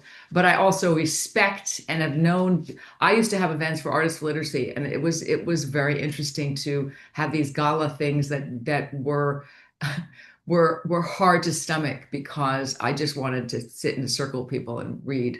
What you didn't see was what I experienced with her with Yeah. Kathy Eldon. And it was Oh, with Kathy, right? Kathy's her bestie, one of her besties. So she's operating at this level. There's people doing the thing to meet the super people with where they are, but I could tell Lucy was crestfallen that the food quality was like here, even though it was burritos, it was not oh. great. And it was still going to be a simple meal Yeah. and mostly about prompts and human connection. And the Yeah. cards really told a story that's closer to you than I think you could even imagine. And with Yeah. Kathy, she Yeah. wanted to do it with Kathy's matronly Jewish mother vibes and deep, like base level creative individual framework. Why did she do it at Creative Visions? It sends signal to me that says Lucy spends her Sundays at church and with friends in a very intimate way that has none of the apparatus and the patina of those things that she also Exactly. knows how to navigate in. So she's our bridge, and she's I also love the that. And one. I love that so much because, it is so real when you use the word bridge. We need the bridge. And why do we have a moat? It's emotional, that moat. Like, why do we need to figure out how to get over it? It's stuff that I'm proud to say I've become a person that wants to value a conversation with somebody. And if it's going down a path that I'm like, oh my God, who is this person? They're not aligned at all. Is it my job to not my job, but like it's when you're vibing with somebody, like when you and I met, we like, yeah, I get you. It was beautiful. I kind of in the years I have left in this world, that's what I want. So But with let there whom, be right? let there be a Lucy to help us have those magnificent exchanges without feeling raped and violated with our own, Well, you know. that's what she's going to be able to have, having 4,500 family offices and whoever. I don't know that it's going to happen with her, but it's the kind of person that says, can get us, understands the micro level of the artist, and that's the entrepreneur in everyone, is what I got with Elliot. There's no one who isn't in this current ecosystem. And the current healthy organization will migrate to self-organized entrepreneurial frameworks, individual incentives, so that every branch is as likely to nourish the organization as themselves in alignment so that it's not anyone who's a cog, because it's either you're an entrepreneur, as the shorthand is self-growing, Right, self-navigating entrepreneur, or you're a cog in someone's machine. There right. is, that's a pretty tight binary with a spectrum on the way, but it's a pretty tight binary there. And we're all in on plan A. I'm going to take a bio break. Savannah, if you want to ask some questions with Deborah about our scheduling our first team event, which is, I think, our first grand experiment. He's still listening. I'll be right back. Oh, I was gonna put my video on, but I'm not even allowed to put my video on.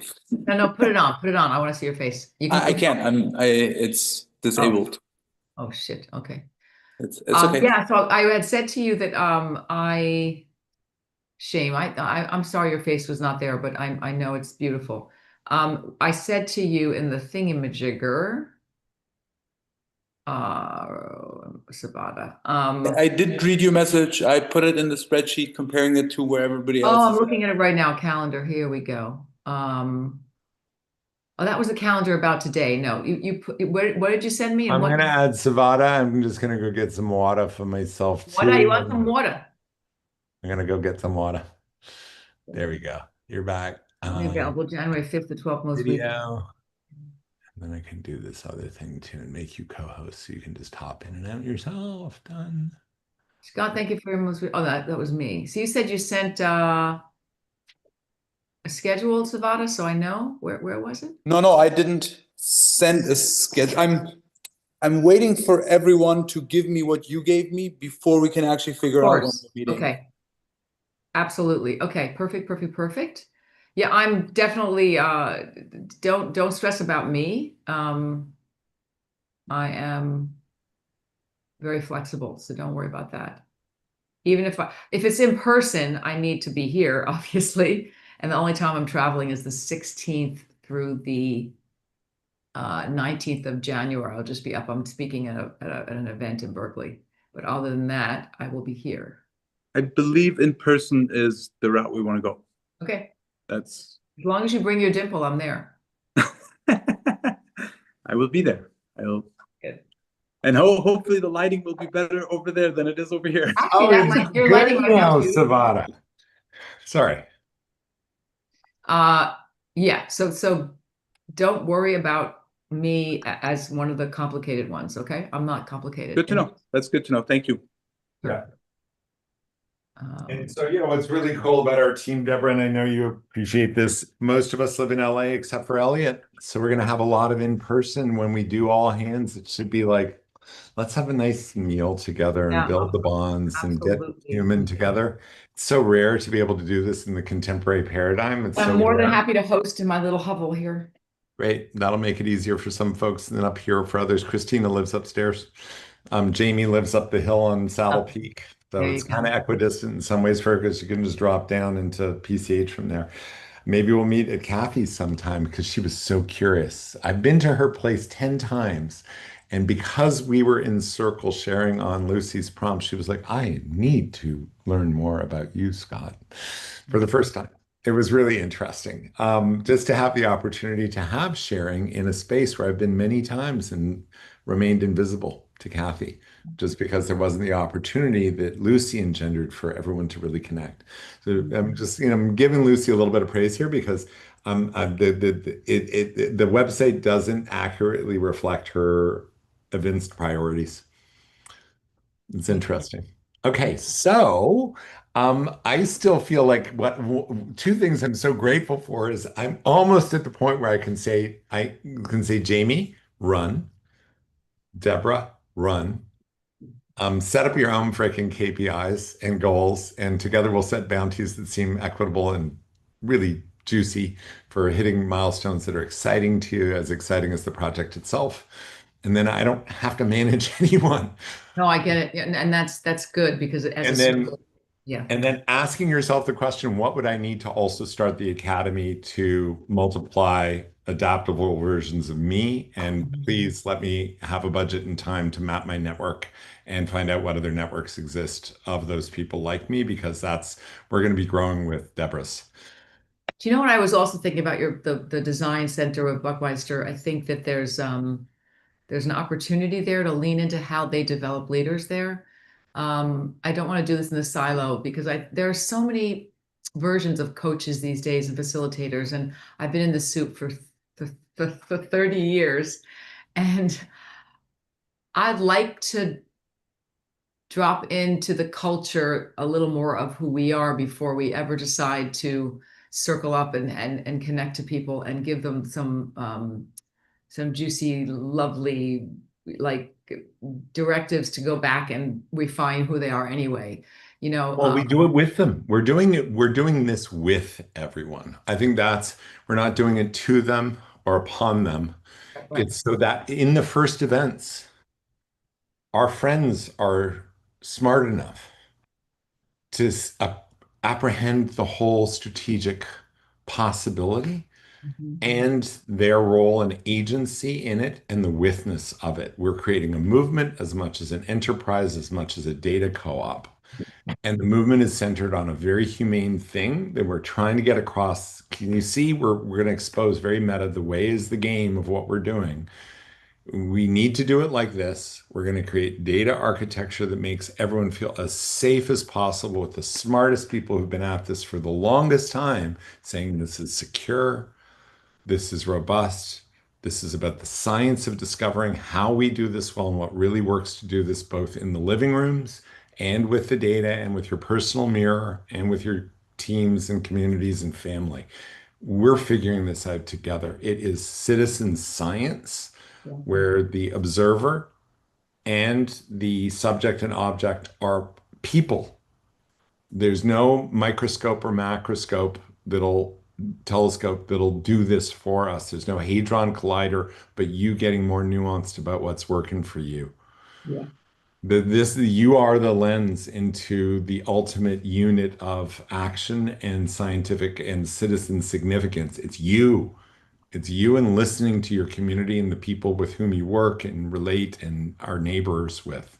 And if we can excite that to become more of like I've said, the big theory of change and the ultimate Buckminster Fuller levers that I've discovered are people excited to be in the game of becoming better players, being able to play better together, better teamwork.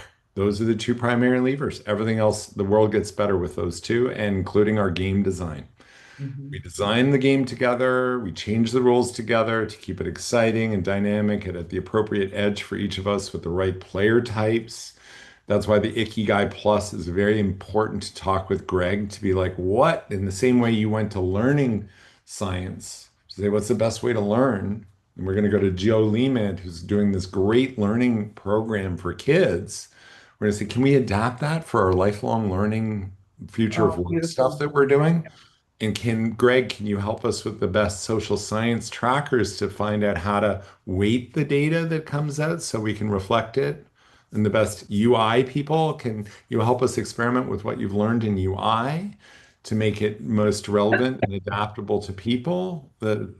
Joe's already built this system to do the learning game systems that the kids at the end of the learning year are like, we want to continue through the summer. Can we Right. please, please, please, please, That's please? amazing. This is way better than us being stuck at home with nothing to do or that camp that we go to that doesn't integrate any of this. We're dying there. It's so old school, Um, right? That's who we're going to draw towards the movement project. And the mission is nothing less than really as quickly as possible to get people so excited through this, to do it with us that it really can achieve an order of magnitude per month and the money flowing in to enable everything we need to code and build in parallel the systems to make it as frictionless as possible to grow a magnitude, an order of magnitude in reach of dinners, of enrollment and enrichment of data, of participation, and all of it like an order of magnitude of improvement a month. Why not, right? It's our version of Moore's law. And to do that graciously, gracefully, as we do it swiftly. Because why not? If OpenAI, that's like extractive and is really closed AI, so many people offering that critique right now, perhaps on the brink of collapse because they're so overspending for Sam Altman's ego trip. yeah. Um, Yeah. right? Or Zuckerberg's ego trip and now being shamed by like who was it? It was Adam Sandler in an honoring moment for Adam Sandler, comedian, human and being of the year. And he was like, what are you doing in the front row, dude? You got your billion. Why do you want to play the game to fight against? I said this in the last one with Elliot. and get into a match on who's got the trillion first with Elon. Is that it?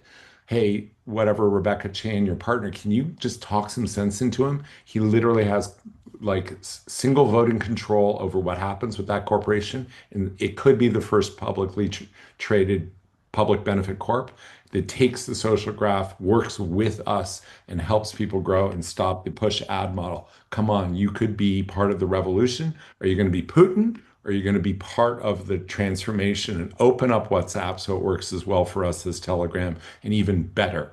And we know the people at Meta who care about this, who are working there for the gig and the hope that they can change that engine to be an open social graph again, the way it was 10 years, 15 years ago. That we can get that level of transformation is what I'm really excited about at this point. So, like, all to say, when it comes to what the mission of this thing is, the branding originally is Eden, cooperation. It's like a very soft universalist version of the Jewish mission, which is Tikkun Olam, so that we get to the garden paradise that we could never hold when we first came into incarnation, because Spirit wanted us to have this experiment to learn what was gifting us. And you couldn't do that by just receiving the gift with no context of what it isn't. Right? That journey that the Kabbalists and the Hasidic people have made very plain for a long time is you are Eden right now. No one is responsible more for your state of paradise than you. And then it's pretty good already if you open your eyes and stop reading the news to what's happening with your family and your neighborhood. If you walk out the door right now, no one's being murdered or tortured or raped. And you know what? If we ask everyone, poll says 99.999% is not that kind of experience. I don't like my work, but he's not yelling at me right now. That's true, right? And like we can get people to see that, oh, actually, Spirit wants us to just receive what's already pretty good and get. We don't want the 0.001 who are being raped as children right now. We want that to get to zero as soon as possible. And for Gaza to stop happening and for Jews to stop feeling threatened and all that. But what are we going to create to make that possible rather than any retrospective analysis? Universalize the benefit. The mission is nothing less than Eden as an immediate transformational responsibility and capacity is something we do with our nearest and dearest, expand that to our neighborhoods, and then make that shareable to the world. And then ultimately move to friggin' eco villages part of the time, because then it really looks like it too. If Eden is your brand that you're most fluid with, is the branding conundrum you're in right now is more of an admin issue?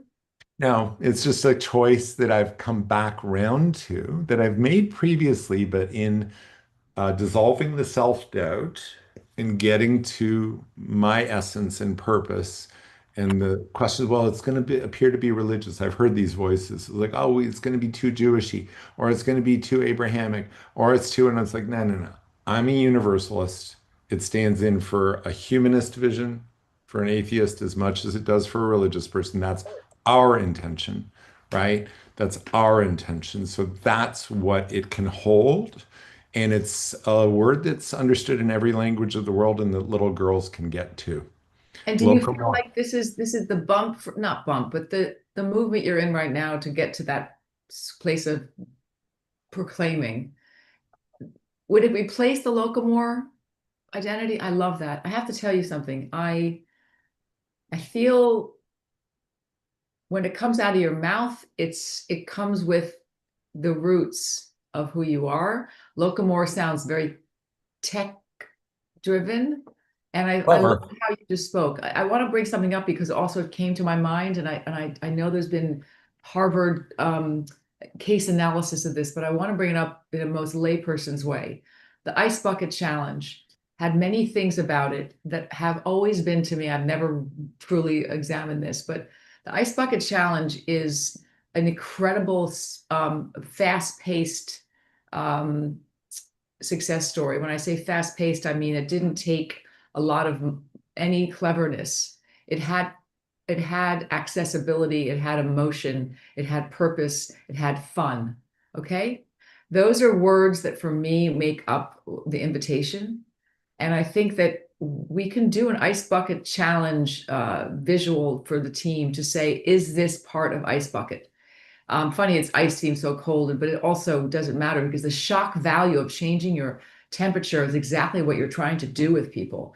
It's like saying, pour this cold stuff all over you. It's going to feel like shit, but boy, does your dopamine hit.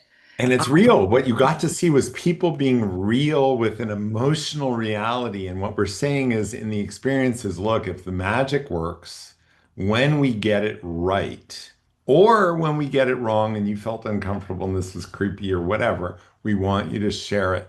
We want a transparent first person share. And also the challenge word is so integral to the common sense of making people click and engage. The word challenge is to me a personal it lights me up. It's my challenge to myself. It's not saying you're competing with people. It's like, can you do this for the world? Can you And for do this yourself, for your for on your yourself? own terms. And you do this to show people, in this case, that you care, that you're standing up for ALS, that you're going to ask your dad to do it, and your grandpa, and your coach, and your teacher. And there was not one person on the planet that couldn't have done the ice bucket challenge. And it didn't take going out to the store. It didn't take working out. It didn't take learning. It took a moment of decision making that you were going to be in pain for 2 seconds and then be invigorated on TikTok for 3 years. Like it is to me, I could just talk about this all day as a way to frame the invitation to Eden, whatever you call it. What did you just say? Eden Collective? Cooperation. Eden It'll be Cooperation. the Eden, the legal name will probably be Eden Society because that's the closest option that Delaware Public Benefit Corporation forms allow. Society's good, but the brand will be Eden.coop, which says everything. It's like, yeah, we're generating Eden, but it's not Eden.Jewish. It's Eden as a cooperation, as Yeah. a cooperative enterprise. Cooperative enterprise, meaning it has enterprise principles, individual reward. It's not just communistic. Everyone gets a vote for showing up. No, no, no, no, no. You joined, you've taken some actions, you've enriched your own profile, you participate in your community, you're hosting, you're doing something for yourself and something more than for yourself to be a voting governor of this thing. And you're in it for a year. Now you have votes. Now you can vote or be selected for the random sortition assembly that governs this thing that has a broad spectrum of participants in our neighborhood version, in our regional Right. LA version, in our state version, in our national version, and then the international modes, they do their own. And we have a consulting body, not a national government, a consulting, consent-based convergence council at every stage. It's council-based, it's consensus-based. It's if we're at like First Nations and the Iroquois Confederacy, if you had 75% in favor, go back home. We're exhausted. We're going to keep talking, thinking about this. It's too important, and there's too many vetoes to say yes. If you have 1 out of 10 or 20 that's holding off, you can overrule sometimes if it's important and needs to get done. But otherwise, the Iroquois Confederacy and the methodology of council is literally unanimity less one grump who's having a bad day. I love. It's interesting because I'm reading Braiding Sweetgrass right now, and she's a Native American botanist, and I run to her. I'm up to 9 miles a week, which I'm really excited about. And she talks all about this way of seeing life through growth of nature. And Eden is also universal because people associate like the largest of a tree where it has the playground of the branches and the abundance of what it fruits, but it's also just the roots of something so old. And it also has the unlimited sky above, and it has such a beautiful universal invitation for me that I think it feels very nice to be part of a project like that. And I do think that I'm not working on an app. People said to me, "Are you working on another app? Don't do that. You promised you wouldn't."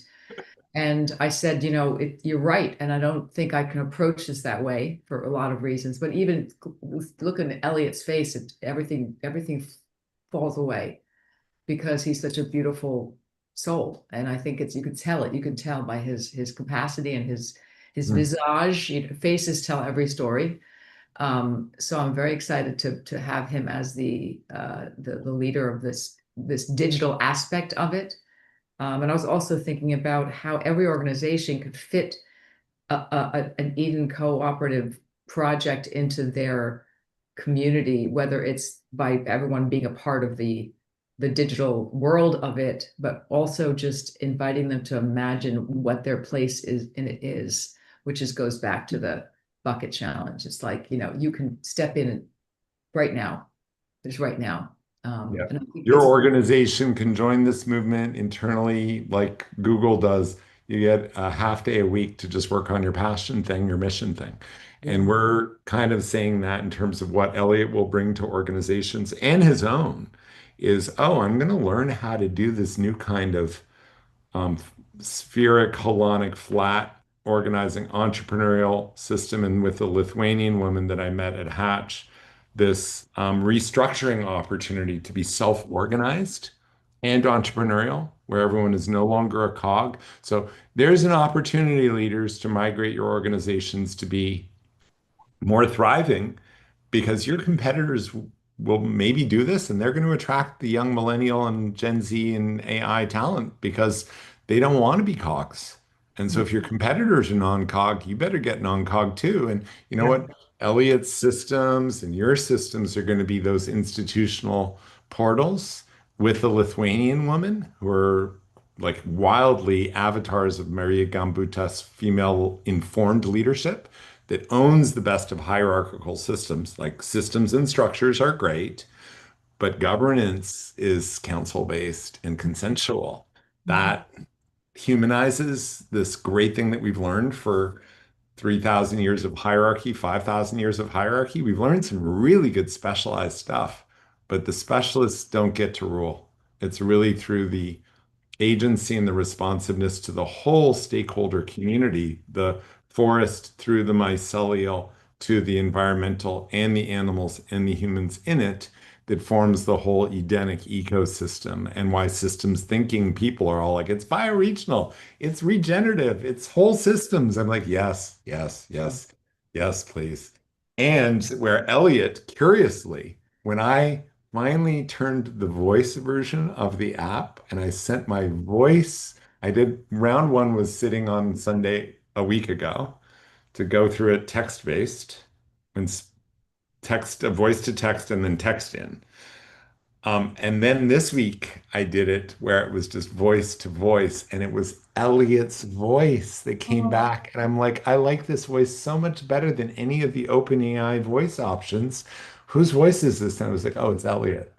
I was that's like, and he's done it in a way that's humane, that reflects you well, that's hilarious, that says, "Oh shit, Scott, you've really found. I can't wait for you to experiment with it."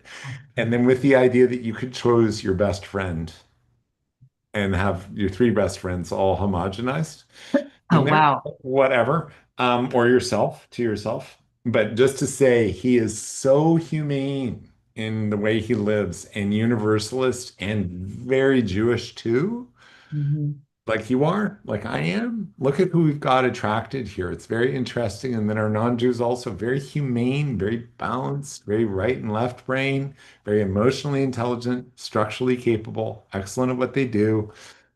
It's like I had to write this out for my own mantra shadow processing to be no, this is time is approved, spirit sent good signs. I'm getting the right work. I can't, I could never dream a team like this.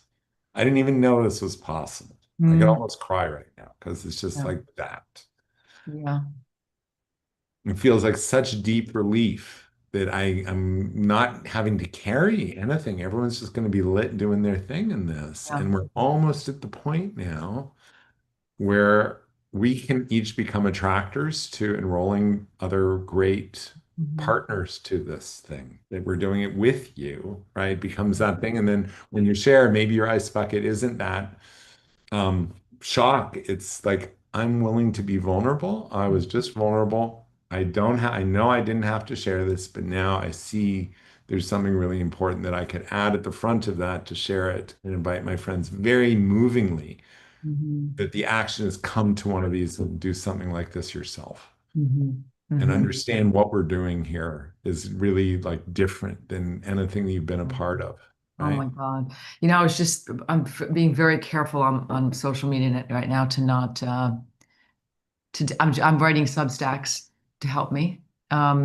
which helps me process a little bit. I'm just starting once a week, but I've been seeing all this angry, a lot of anger out there. A lot of France is crumbling right now with the pro-Palestinian movement. It's gotten so violent and so insensitive and so monstrous. It's like zombies. They're like crazy people. They don't process anything. They're like on the go, and it's been so assaulting to I've had to push down my sense of like what is right and wrong at this point because move I can't I can't reach those people, and it's like you have to know the self-selecting part of this whole Eden co-op idea is that the people that come towards you, it's going to be healing personally for everybody who's been assaulted these last many years, to be able to be around people that are not politicizing their hearts. They're just moving in a direction of know me, know what I offer, know where I'm going, come with me, don't come with me. And it's such a contrast to social feeds. Social feeds are so assaulting. And, like I said to you the last time, I'm not a big fan of open chats anywhere anymore. I don't think it's healthy. I don't think it's contextual. I don't think it helps people feel belonging, or they start thinking they should be saying something they're not.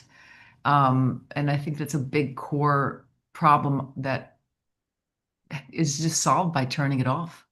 Well, and there's the other way, right? Which is, the intrinsically, there's a lot of suppression and has been a lot of suppression. So where Macron talks a good talk and takes a lot of oil money to stay in office and weave the thing that he needs to just hold on to power desperately, while they have horrible immigration policy, their immigrant policies and the racism and the stuff that has been institutionalized there, Sciences Po people or Marine Le Pen, like I say of the US, the grift under Biden and Obama through quantitative easing and the money used for their wealthy friends was far worse than anything under Trump. And Mhm. if you're not a progressive able to acknowledge that, you're Mhm. not really reading truth. You're just in one of the tribes. Mhm. And it's the same among Jews, partly, but I'm going to get a little meta here. It's the case within France that the righteous progressive left has not done very much good for the vast immigrants that they've allowed to pour in, or the Danes. They're not really multicultural. They're not, it's a hard thing to do. We've had 200 years of building the muscles in North America and South America. This is an unusual skill in the history of the world that we don't really acknowledge how powerfully great we've been at, and how Yeah. much we had to go through slavery and so on to learn and still be at the beginnings, but Yeah. very advanced relative to the rest of the world. It's mostly homogeneous and embedded bias, and just like, oh, it's too much of a hassle, get rid of them. Or it's too much of a Right. hassle, let's pretend we're dealing with them and blame Israel. So Jews as the scapegoat, powerful, bold, chosen. That's a good thing to feel hatred towards. Okay, I'm going to discharge there. And so we Mhm. have these progressive people discharging as if Israel and Jews are the evil, in a place where the institutions of the real powers are too threatening to direct directly. Right. Oh, it's Sciences Po. It's the wealth held by European white people that governs the world, statistically, Mhm. irrevocably, easily searchable, right, Mhm. through public records right now. Who controls the wealth of the world? Anyway, I can get into all that, but where do you go? If you're looking in the rearview mirror, you will crash. And we are doing that too much. That's So right. when you only look in the rearview mirror occasionally to see if someone's racing up, but you're not going to save yourself from a rear end. You're going to get rear-ended, and you don't die from being rear-ended. You just pull off, and you die from a head-on collision. So we're heading towards the cliff in zero-sum dynamics. The all-important key force multiplier, Scott, what are this? Where are we going? Where do you want to go together? What kind of world? I have friends who are progressive rappers who are like pillaring my rabbi singer friend. They're singers, they're creatives, they should be buddies, but they're like doing this thing and very righteously. And I like get into little conversations like, oh, okay, but okay, maybe you're not going to opt in first. You're like MAGA and Antifa. You'll come later. But who wants to join the conversation about what could we create together here in our lives, backyard, whatever? Or if you want to have that conversation in Ramallah or Tel Aviv. Well, I can tell you Tel Aviv is like 9 steps ahead right now. So can Ramallah progressives go and try to implement a pluralistic, rainbow-friendly, democratic society there? No one, apparently no one of any international force is willing to put their lives on the line to instill pluralistic democratic society there. Because you have the mullahs telling you you can't. I mean, that's Well, and the Hamas guys who will shoot you if you do, but someone's going to have to put their lives on the line to actually show that that's what Palestinians want, giving them autonomy. So if you care that much, and I can speak to certain friends who went there thinking they can put your life on the line, be the ones who actually fight back to hold the space for them to have their own pluralistic society. Then you're really talking and walking the talk. Mhm, mhm. Otherwise, oh, I can't risk my precious life, but I can blame the Jews. But if you want to instill that society, we have the systems, the platform, the everything ready to go to do it in your neighborhood right now. So take action at home then and prove that it works here at least. Yeah. Or if you're going to complain about the Jews and how really you believe the Palestinians can do it and want it, go and defend their right to do it and help them do it. Yeah. Because you, with your multiple nose rings and earrings and friends and so on, see how that goes when you're there. Yeah. And then spend a couple of months in Tel Aviv and see how you do in Tel Aviv. Unfortunately, Scott, you are not at the major universities right now doing lectures. The people that are in the major universities, including my alma mater, they are funded by incredible amounts of money, making sure that they redefine the history of Zionism and the history of the Jews. And they're erasing the fact that 6 million is actually a number that's not real. And there's so much Some, disorientation, you know. some are doing this, a Yeah. minority again, right? And But so not at the for university everyone's level. sake, University level is pretty locked in. We've got a real problem on our hands. my mom was working on that, and God bless her, she's working on it. I have half my gene pool devoted to countering that, some in forceful ways, some in subtle ways, some in manipulative ways. It's all a mixed bag. The best thing that we can do for the campuses and for, Gaza and for Saudi Arabia and Russia is do it well here and show that we're throwing off the shackles of corporate. We're living with agency. We're creating beautiful communities and lives. Their Iranian, Russian, and Saudi Arabian relatives who come and visit or who live here will report back, no, it's really going well. You live in a shitbag totalitarian thing that isn't functional and can't do nearly as good as we're doing. Bye. I love this. Right? That's how we get it across. And then eventually the report gets all the way up to the chief mullah and he's like, oh no, let's flip it. Let's go the better way. This seems to be From your working. mouth to mullah's ears. Yes.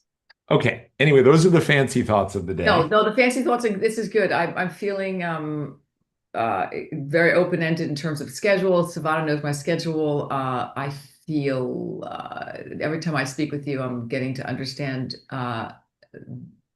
potentially how your brain is going to map onto this in a way that is tangible for those people who couldn't sit and talk with you.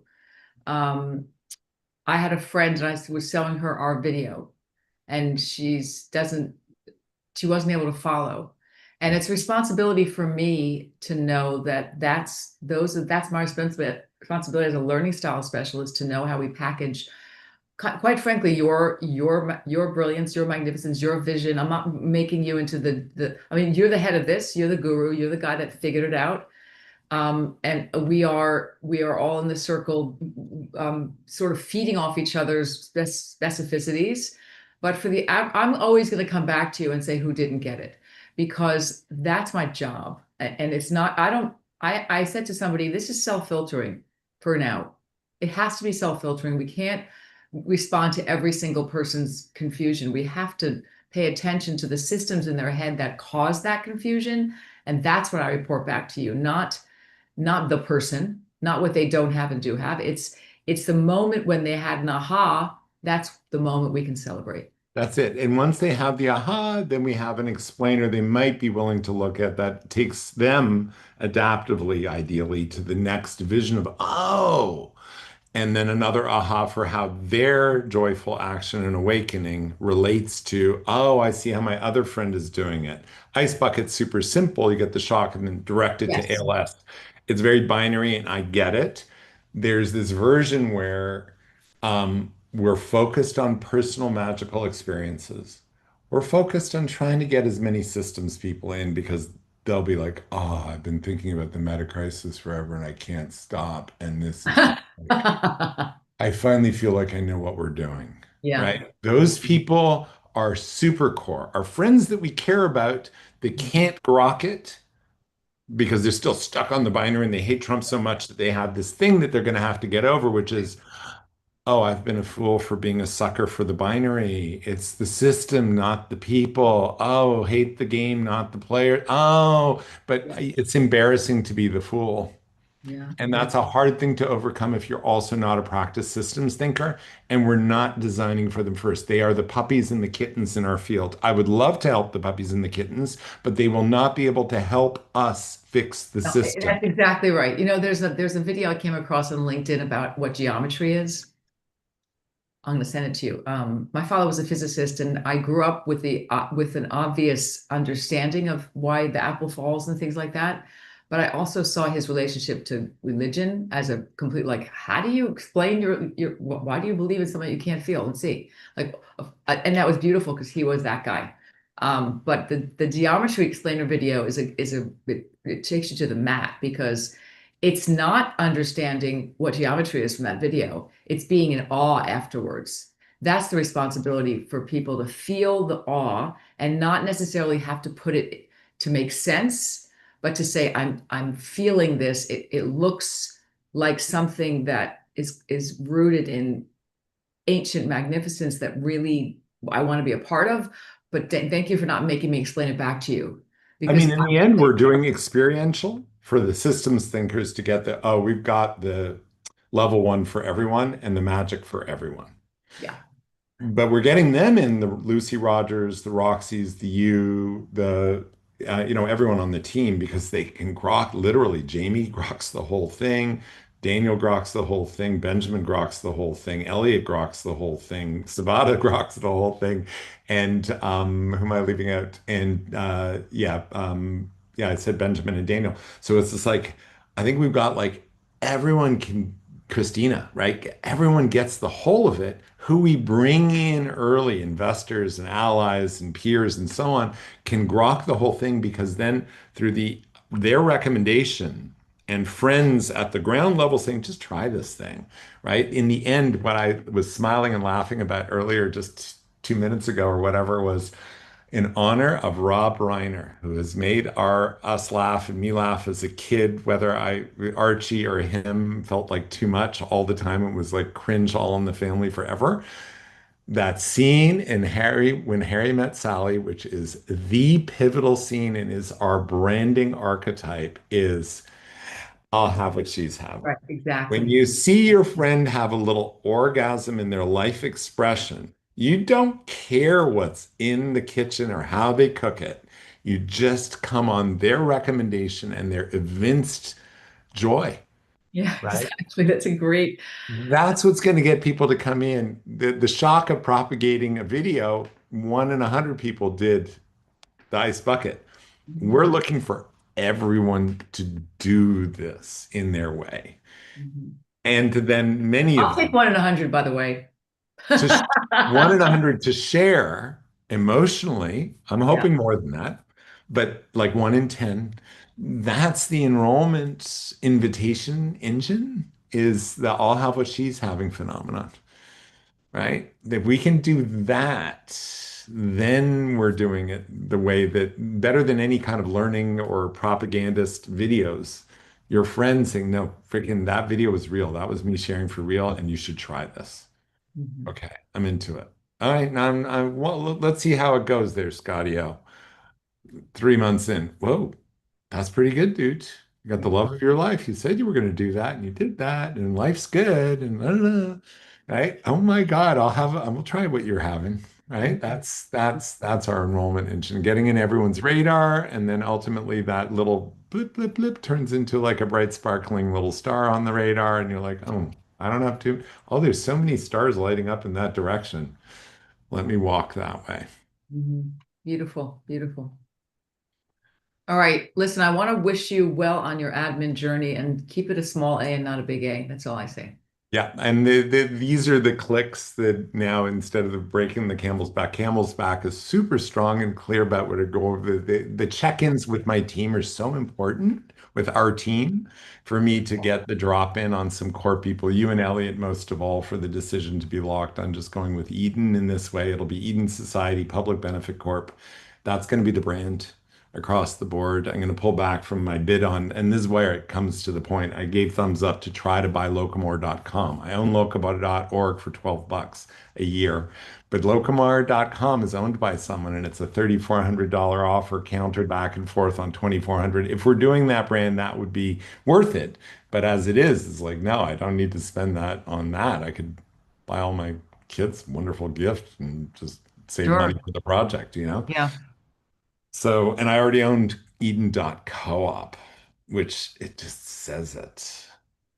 I love it so much. I love it because it's so audacious and big. It's like falling off the cliff and it just free fall. It's not, there's nothing small about it and there's nothing I could say that so easily and people associate it with whatever their background is and then their foreground's going to be how we explain it to them. So I think it's such a beautiful it's easy for me. And one more thing I want to say just about the exposure of a brand and the part of me that sort of loves to become softer and softer in my sort of